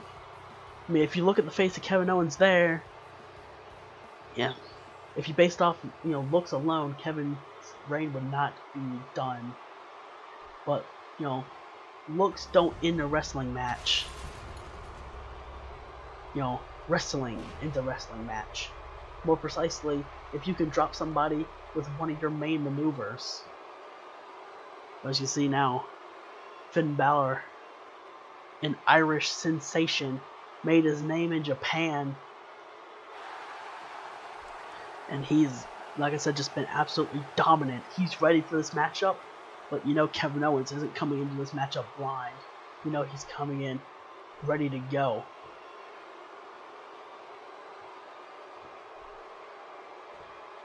You know, right now we've got Ireland versus Canada right now in this matchup. Of course, the Canadian-born Kevin Owens, the Irish-born Finn Balor. And of course, in WWE history, we've only ever had one Irish-born world champion, and that was Sheamus. But here in Universe mode, we've never had. You know, ever since like all the changes have been made to the WWE, ever since, you know, at first I took control, and then Kurt Angle and Edge took control of the shows. You know, we've never had an Irish-born champion.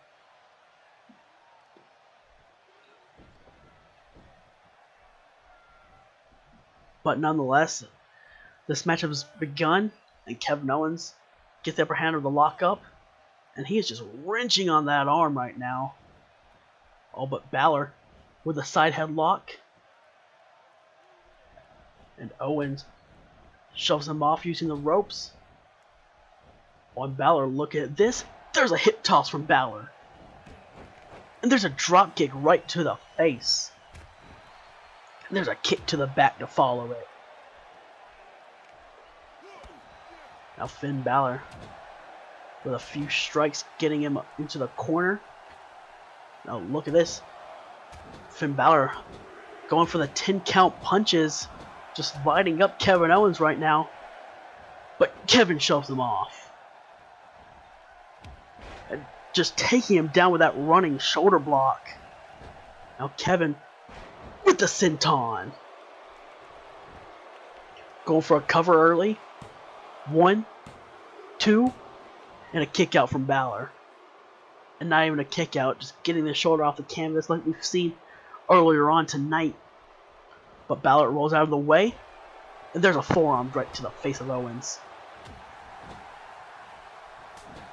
Now Balor still striking away as there's a knife edge chop. Nicely done from Balor. He's just calling for Owens to get to his feet now. Springboard drop kick. We saw him do that last night on the pre-show against Mark Henry. Again, it worked out. There's a 2 count on Kevin Owens. And Kevin, if you want to retain that title, you can't let Finn get these 2 counts. But Kevin reverses there. He's got him up and Michinoku driver, hooking both legs. 1, 2, and a kick out from Balor. And now Owens with a short arm clothesline. Now Owens dragging him to the corner as he's up on the second rope. And there's the diving senton. The second rope senton bomb. 2. And again, Balor lifting the shoulder up. I was going to say a kick out, but I can't call that a kick out. Just barely getting the shoulder off the canvas. Now Owens just lighting him up. Now Owens throws him outside the ring. Oh, watch out, Balor. because Owens looking to fly as there's a Tope Konjiro. Or the Tope Konjiro. I believe it's actually pronounced. But a huge dive over the top rope. And Owens going for a cover. 1, 2, and again a kick out from Balor. Owens tried to just bring out all the stops early. On that case, it did not work. As here's an Irish whip. Balor off the ropes. Owens ducks. Leapfrog. And a back body drop. And a kick right to the back. Now Owens, he's got the clear advantage right now. A huge kick, knocking Balor down into the corner. And cannonball! Now Owens going for another cover. Can he put him away early? 2, 3, no! Kick out by Balor. I'm going to say kick out by Owens, but no. That would not have been correct. It's a kick out by Balor. Now Owens just saying, this is going to be over real soon. And it may just be, as here is the pop-up powerbomb. Going into a cover. 1, 2. What? What? Balor just kicked out of the pop-up powerbomb. And you can see, Owens, he's just incensed right now, just trying to bring out all sorts of pain on Balor. As there was a DDT from the top rope, and there's a Tope Atomico. Going for a cover now. 1, 2, and a kick out from Balor. Ever since that dive over the top rope from Owens, Balor has not been able to get into the matchup. As here's a torture rack neck breaker from Owens. Again hooking the leg. 1, 2, and a kick out from Balor. Owens with all this all these devastating moves, as here is the go home driver. All these devastating moves cannot put Balor away. There's another kick out. Owens, he's sending all these devastating moves. Oh, Owens, no, don't do this. Setting up for the package pile driver, and Balor reversed. Huge clothesline taking him down. Oh, and Balor off the ropes in a sling blade. And now Balor, diving elbow drop. Now Balor going on the apron. And Tope Atomico. Oh, Balor, he's really quickening the pace now as he's going back to the top. And telling Owens to get to his feet. And diving drop kick. Balor now going for the cover. 1, 2. And the champ just managed to kick out at 2.5. There's the rolling neck snap from Balor. Balor once again going back to the top. What's he got in mind now? And another diving elbow. This time hooking both legs. 1. He could have him. 2. No. Kick out at 2 by Owens. But Balor not letting off the attack. And he shouldn't. If he wants to win that title, he cannot let go as Schoolboy. 1. And Owens managed to kick out at 1 of that Schoolboy attempt. You never want to lose by a roll-up. But Balor's got Owens on the ropes. Just throws him back to the canvas and drives the knee into the chest. And Balor once again going back to the top. What's he got in mind this time? Just signaling for the end now. As he's setting up for the coup de grace. No! Owens moved out of the way and a back suplex. Dropping him square on his shoulders. Now Owens with a super kick. He measured for it, and he connected. Now Owens got Balor off the ropes, and a back body drop. Now Owens shot right to the side of the skull. And now Owens back on top, just kind of punishing Balor. Oh, now Owens saying this is the end, as here's a second pop-up powerbomb. The hook of the leg again. 1, 2. What? No. That could no. Did Balor really just kick out of 2 pop-up power bombs? Nobody has ever kicked out of 2. Even the former world champion Daniel Bryan got beat after a second pop-up power bomb. And you see Owens, he is just absolutely furious right now. And I mean, Balor showing absolute great resiliency as Owens tried for a blockbuster and Balor moved out of the way. Now Balor with the upper hand. But Balor, you know, he may have the upper hand, but he can't squander this opportunity because he may not get another one. As there was a forearm taking Owens down, and Balor going back to the top. On Balor setting up for another coup de grace, and it connects this time.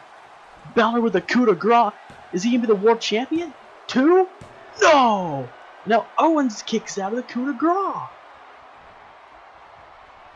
And Balor, you see, now he can't believe it, but now he's just trying to get the crowd go behind him, you know, trying to just fire himself up, fire the crowd up, and just try and come back. Which is exactly what he needs to do with a forearm. And another one. Owens ducked that one. And a knee to the skull. Where Owens got him for the pump handle. Neck breaker.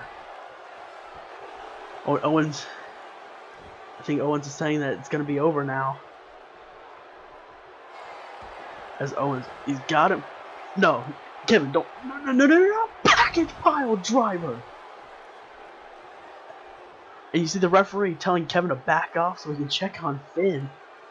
But, you know, if it wasn't over with the pop-up power bombs, it's definitely over now. Because nobody kicks out of the package pile driver. And Kevin Owens is still your world heavyweight champion. Wow. I mean, what a match. And just the resiliency of Finn Balor was shown in this matchup on this night. But I can't believe that. But wow, it's the Raw GM Kurt Angle. Wait, why is Kurt Angle coming out? I mean, we're supposed to be setting up for the WWE Championship Triple Threat.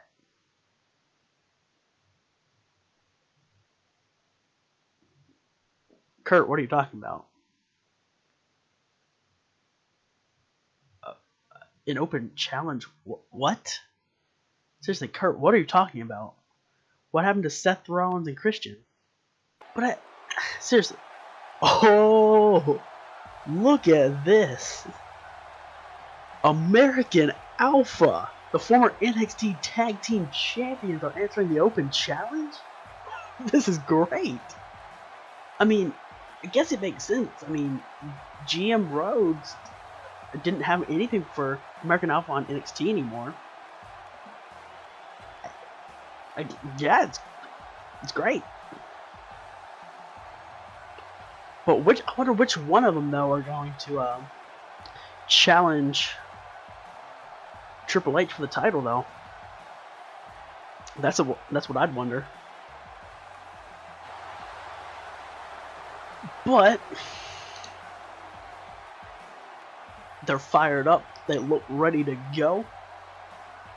And yeah, I mean, this is huge news for them. I mean, even just being a WWE Championship match at SummerSlam near the main event against Triple H, that could do. Nonetheless, Kurt Angle just made a huge announcement, and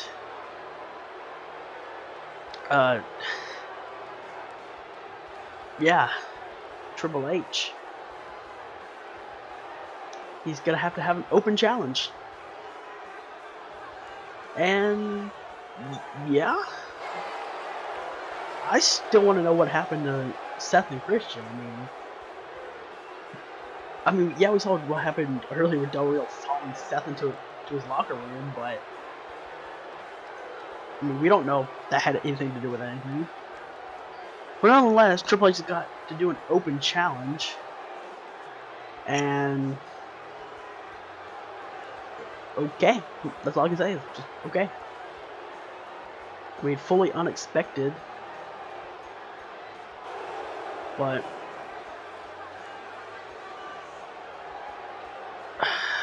yeah, that's all I can say is just fully unexpected. But Triple H, he doesn't seem at all worried. I mean, he went from knowing exactly who his opponents were to now having no idea. I mean, if I were in his shoes, I'd be terrified to know who. I mean, who in the world is going to step up right now and face Triple H in a WWE Championship match at the biggest party of the summer? I mean, personally, I have no idea. I have no clue whatsoever. But like I said, Triple H doesn't seem worried at all, so take that for what it's worth.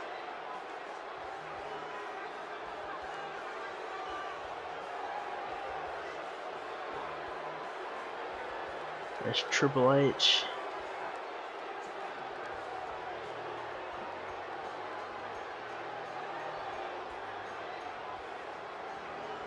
You know, I mean, I guess in a way, you know, Triple H is still Triple H. He's still one of the best ever. Do either one of their careers just wonders. And it looks like it's going to be Jason Jordan, as he was the one staying in the ring. But yep, WWE Championship. Of course, in case I didn't notice it at first, but Triple H has kind of debuted a new version of the WWE title. I mean, honestly, I don't know why, but in my opinion, it does look a little bit better than the old version. But nonetheless, Jason Jordan versus Triple H for the WWE Championship. Now, this match is, I mean, I'm still shocked that American Alpha came out and are making their debuts here tonight at SummerSlam. I mean, of everyone to answer an open challenge, I would have never suspected somebody from NXT. I mean, but they did. And again, Triple H, you know, he doesn't seem worried at all. I mean, he's never seen what American Alpha can do. I mean, I guess there's a possibility he has seen some of the things that GM Rhodes has done down in NXT with all the people, all the other superstars there. But come on, you know, Triple H has been too busy with the WWE title. But nonetheless, Triple H and Jason Jordan lock up in the center of the ring, or Jordan with the upper hand over the game, and Jordan just working the arm now. Smart strategy. But Triple H, the veteran, takes him down, and he's just wrenching on Jordan's arm now. But Jason Jordan with the roll through. They lock up again. Now Triple H with the upper hand this time. And, but Jordan shoves him off. Ducks down. Leapfrog. But Triple H with a hip toss.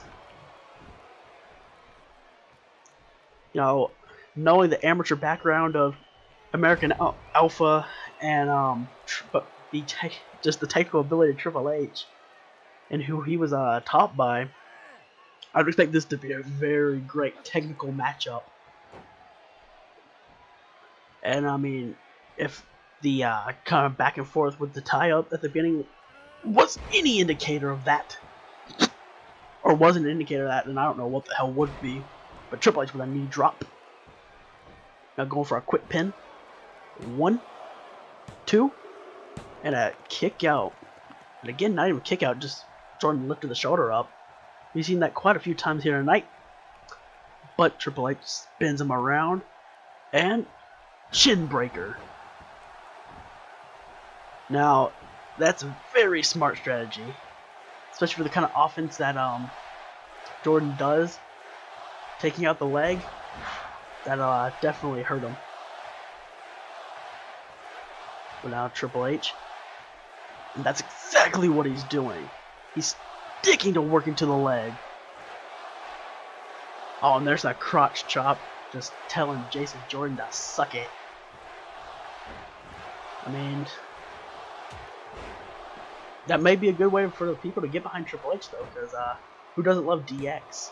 But after a drop kick, Triple H kicks at it, too.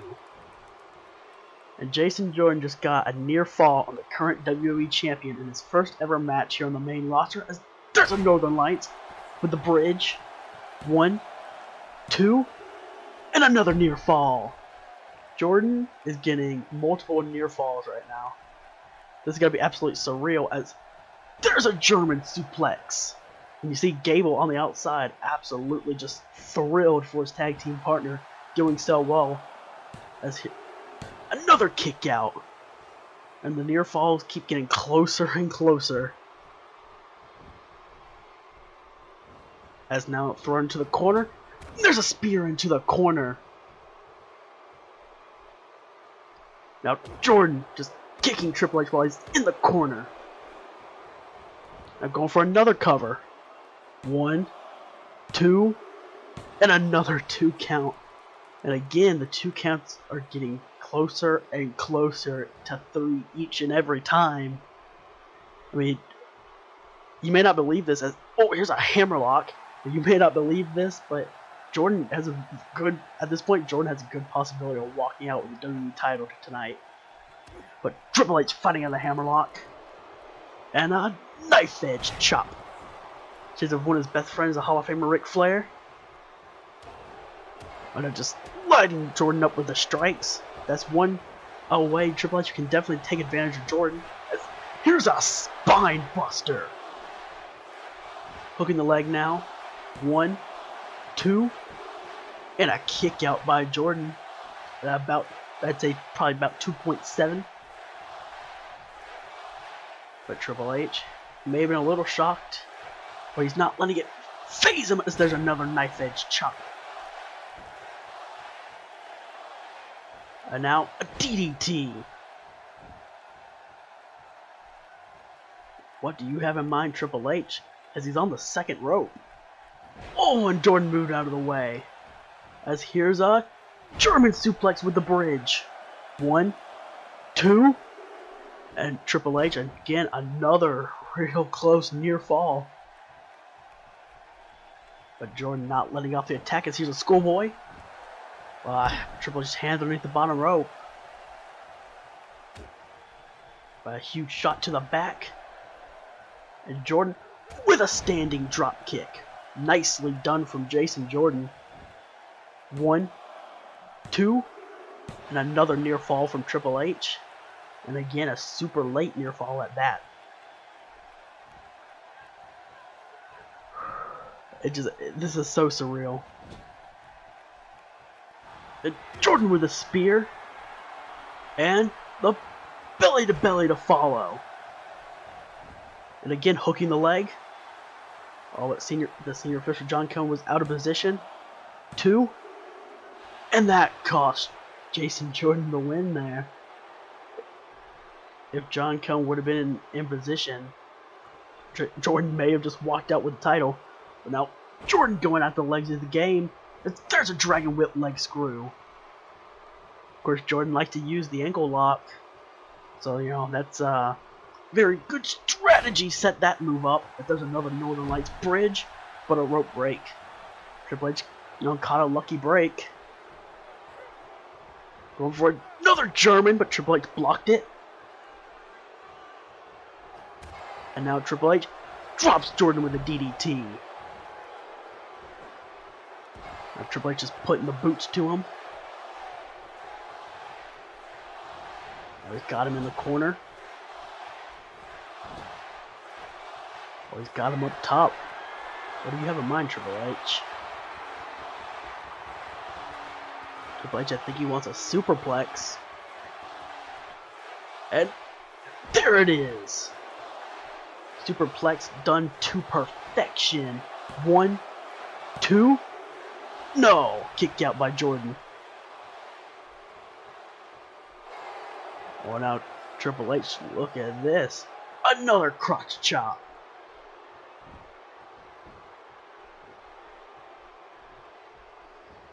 Now Triple H with the Irish whip. Jordan off the ropes. Triple H ducks down. And another spine buster. Now Triple H, he's fired up. Oh, and another crotch chop. And he's saying, this is... And he's just signaling for the end as there's a pedigree. Now Triple H is staring at the prone body. Oh, come on, Hunter. You had the match won. And that's what you get.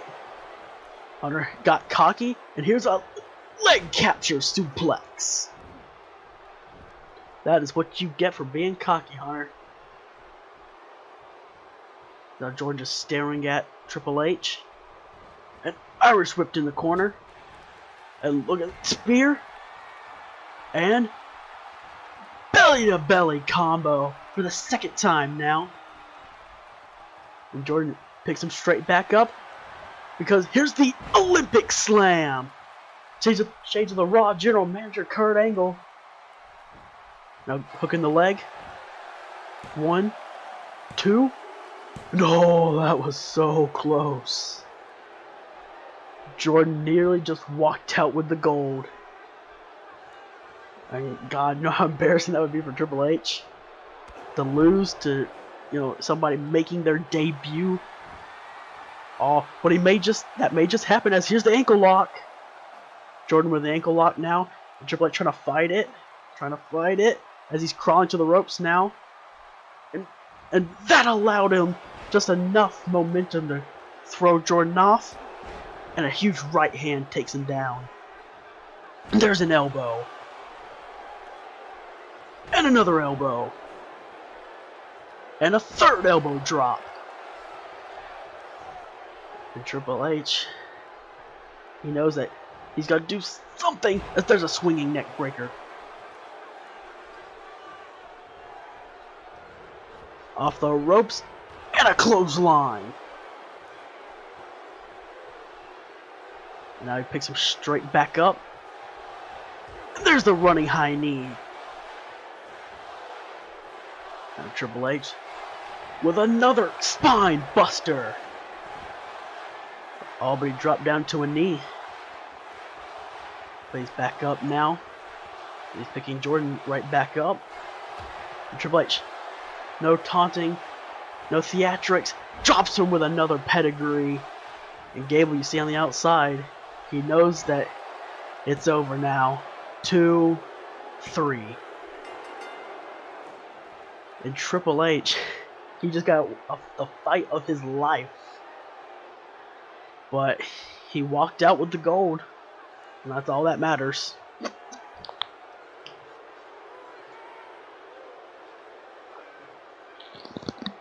But, hey. Maybe this just wasn't Jason Jordan's night. He put up a hell of a fight. But, maybe next time. But now it's time for our main event of the evening.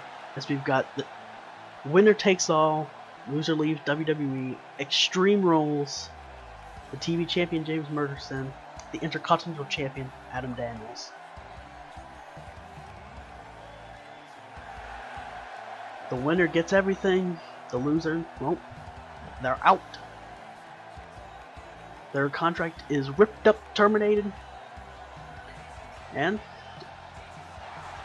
of course, these two men, well, they've been best friends for a long time, but when your career is on the line, well, there's not much to say about that. But here's the Intercontinental Champion Adam Daniels, and you can see both these men have kind of a different look here tonight.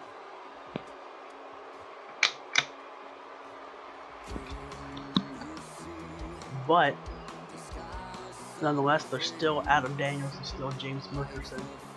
and they still are best friends turned bitter enemies, looking to make sure the other one is out of a job. But, you know, like Adam Daniels said on the episode of SmackDown a couple weeks ago, only one of them has to leave. I mean, the GM of SmackDown, Edge, he wants both of them gone, but the fact of the matter is, like Daniel said, he made a good point, only one of them has to leave. And, despite what you want to say about Daniels, coming to this matchup, he's looked way more impressive than Mickelson, so we may just have to say sayonara, James Mickelson. But, you know, I could be wrong. I'm just an unbiased commentator. Well, I was supposed to be unbiased, and I am most of the time. But here we go. Main event, Extreme Rules, title for title. Let's see, Mickelson handing over his title. Daniels handing over his. And there's the senior official SmackDown.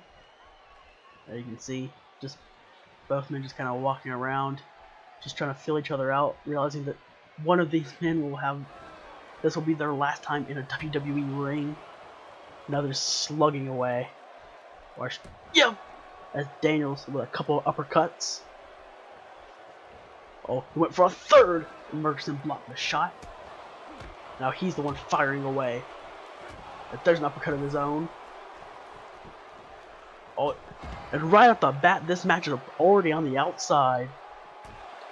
There's no Daniels firing away with the shots. But there's a block by Mickelson. And a spinning back kick. Just throws him into the announce table. And Daniels goes face first. And there's a rolling elbow. Well, looked to be more so a discus forearm. Or Mickelson has got a kendo stick. Or Daniels blocks the shot.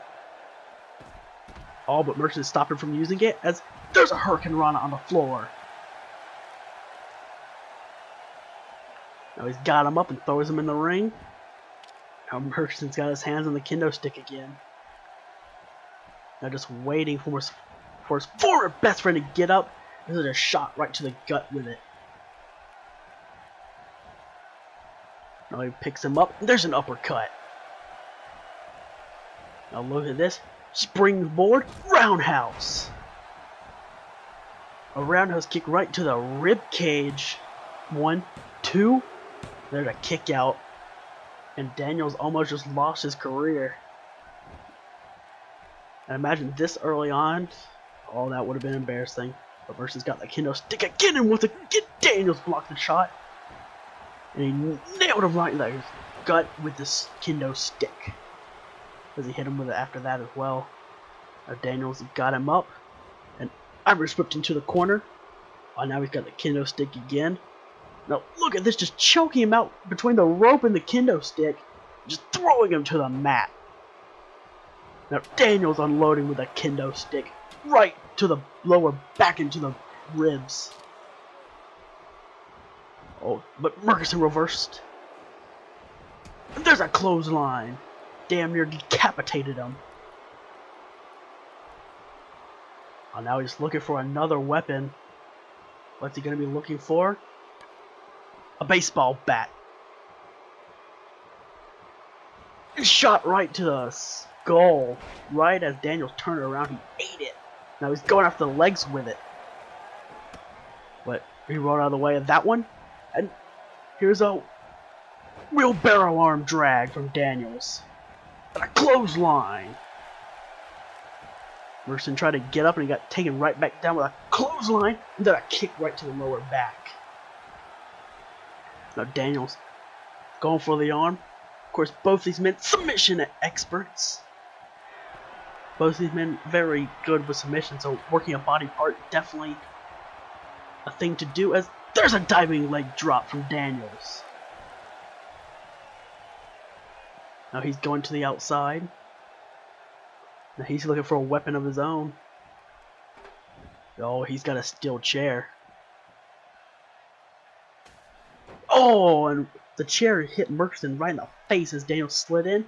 Oh, but he blocks that one. Oh, and look at this. Crucifix roll up. 1, 2. Daniels can be done. No! About like a 2.8, maybe a 2.9. There's a shot right to the gut with the chair. And there's one to the ribs. Into the back. And again to the back. Now he's got him up. Oh, look at this. Murchison could be trying to end it early as there's a TKO on the kendo stick. Oh, but he's not done.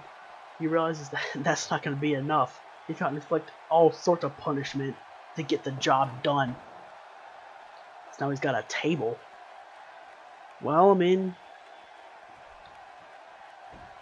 the Dudleys may not have been on the show, but you know, the table is a very symbolic weapon between these two. There's a springboard Hurricane Rana, because when they debuted back in April, these two men attacked the Dudley Boys numerous times. That chair's been wedged in the corner. But yeah, they attacked the Dudley Boys numerous times, and that's how they debuted. That's how they got SmackDown contracts. It was because the Dudley Boys, you know, they wanted to face them at Extreme Rules, and the Dudleys ended up challenging them to a tag team hardcore match, in which the Dudleys handily picked up the win. And that table, you know, it easily came into play. You know, Daniels just throws the baseball bat on top of Murchison. After the GTS, no, he's using the kendo stick again. And just throws it on top of him. Oh, and now he's got the table. And Daniels setting up the table. And there it is, set up. Now he just brings Murchison up to his feet. Now just dragging him on the table. But Murchison shoves him off. They're trying to keep himself from going through that table. And now, oh, leapfrog. Another one. And there's the back elbow. Murchison just putting the boots to him. Now going to the apron. And there's a tope. The tope atomico. And of course, I would expect very few covers in this matchup. Now Murchison going to the top. They're just calling for Daniels to get to his feet. And there's the clothesline. And it knocked the table down, and look at the impact. Making Daniels almost stand up straight on his head. And Murchison doesn't care. Now he's got the kendo stick. Just striking away with it. And shot right to the midsection. It takes him down again. Well, he decides to pick it back up. Because he's not done with it. There's another shot. This time right to the skull. No. Works into the apron. And now decides to go up top again. You see, he's just taunting Daniels. He's saying that, yeah, he's got the upper hand. He's going to easily defeat Daniels. But stop taunting us. Daniels throws him off onto that table. That's what you get for showboating. Daniels drags the kendo stick to the outside. And slides back in the ring. Just walking around figuring out, what do I want to do? What can I do to defeat him? And now, throws him headfirst into that steel chair. Well, the irony's not lost on that one. Now Daniels looking for a weapon. And Daniels dragging out another table from underneath the ring. Or Murchison, he saw the table get slid into the ring. Oh, and Daniels fires back. Just staring at him. As here's a springboard Hurricane Rana of his own. Now he's got the table. Just trying to figure out where he wants to set it up. And he sets it up right there in front of that corner. Now Daniels looking for another weapon. What's he got in mind? Oh, he's got a ladder. Oh, and Murchison dives straight over the top rope with his cross body. He's saying that he's not going to get the ladder. But now Murchison's got it. You know, he's going to make Daniels pay. A shot right to the skull. Now Murchison just walking around the ring with it. He slides it in the ring. There's Daniels. Look at this. There it is again. That cross body. Now Murchison grabs the ladder. He's got something in mind for that ladder. He sets it up right near that table. Now Murchison climbing up to the top. Oh, but Daniels, he was smart about it this time, as throwing him off the top again. This time right into the ladder. Now Daniels with his hands on that ladder again. Now he's the one setting up the ladder. Oh, but Daniels trying to position it perfectly, just how he wants it. You see, that's what he's doing.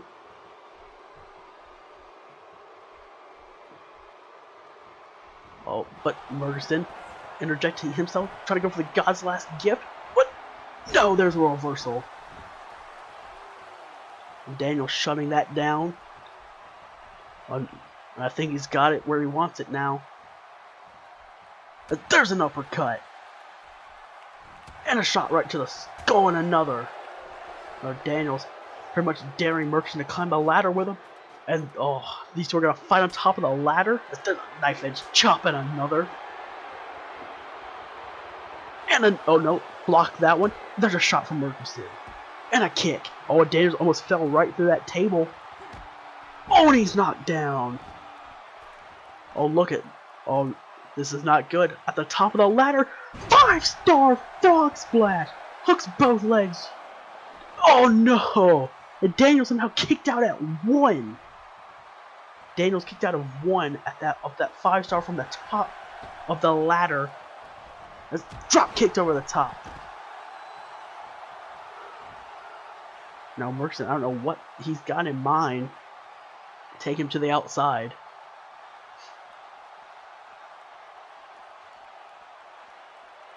He just wanted to add extra punishment. He's just put him back in the ring. Now just look at this. A stomp right to the back. And now Murchison just daring. Climb top of the ladder. Now he's just daring Daniels to climb up. Say, yeah, you won't climb up again. If I were Daniels personally, I would just shove that ladder over to push Murchison through the table. But that's what you get for getting cocky, Murchison. And then Daniels with the upper hand, but he missed the kick. But there's a chop. And these two men just fighting on top of the ladder again. And look at this. Right through the table. And he's got to be out. And Daniels knows it. Murchison maybe just be out cold. Daniels knows it. Now he's going for a pile driver. And that could be the end of the match. But you know how much these two loathe each other. They hate each other's guts. They want to embarrass each other before they get rid of each other. As here's the Dragon Sleeper. And he's going to make him tap out like he did on Main Event a few weeks ago. And that's exactly what happens. Murchison loses to the Dragon Sleeper. He's gone. Daniels is now the TV champion and the Intercontinental champion. And he gets to keep his job too. That's the end of this SummerSlam pay-per-view. Hope you enjoyed it. And good night from everyone here in the WWE.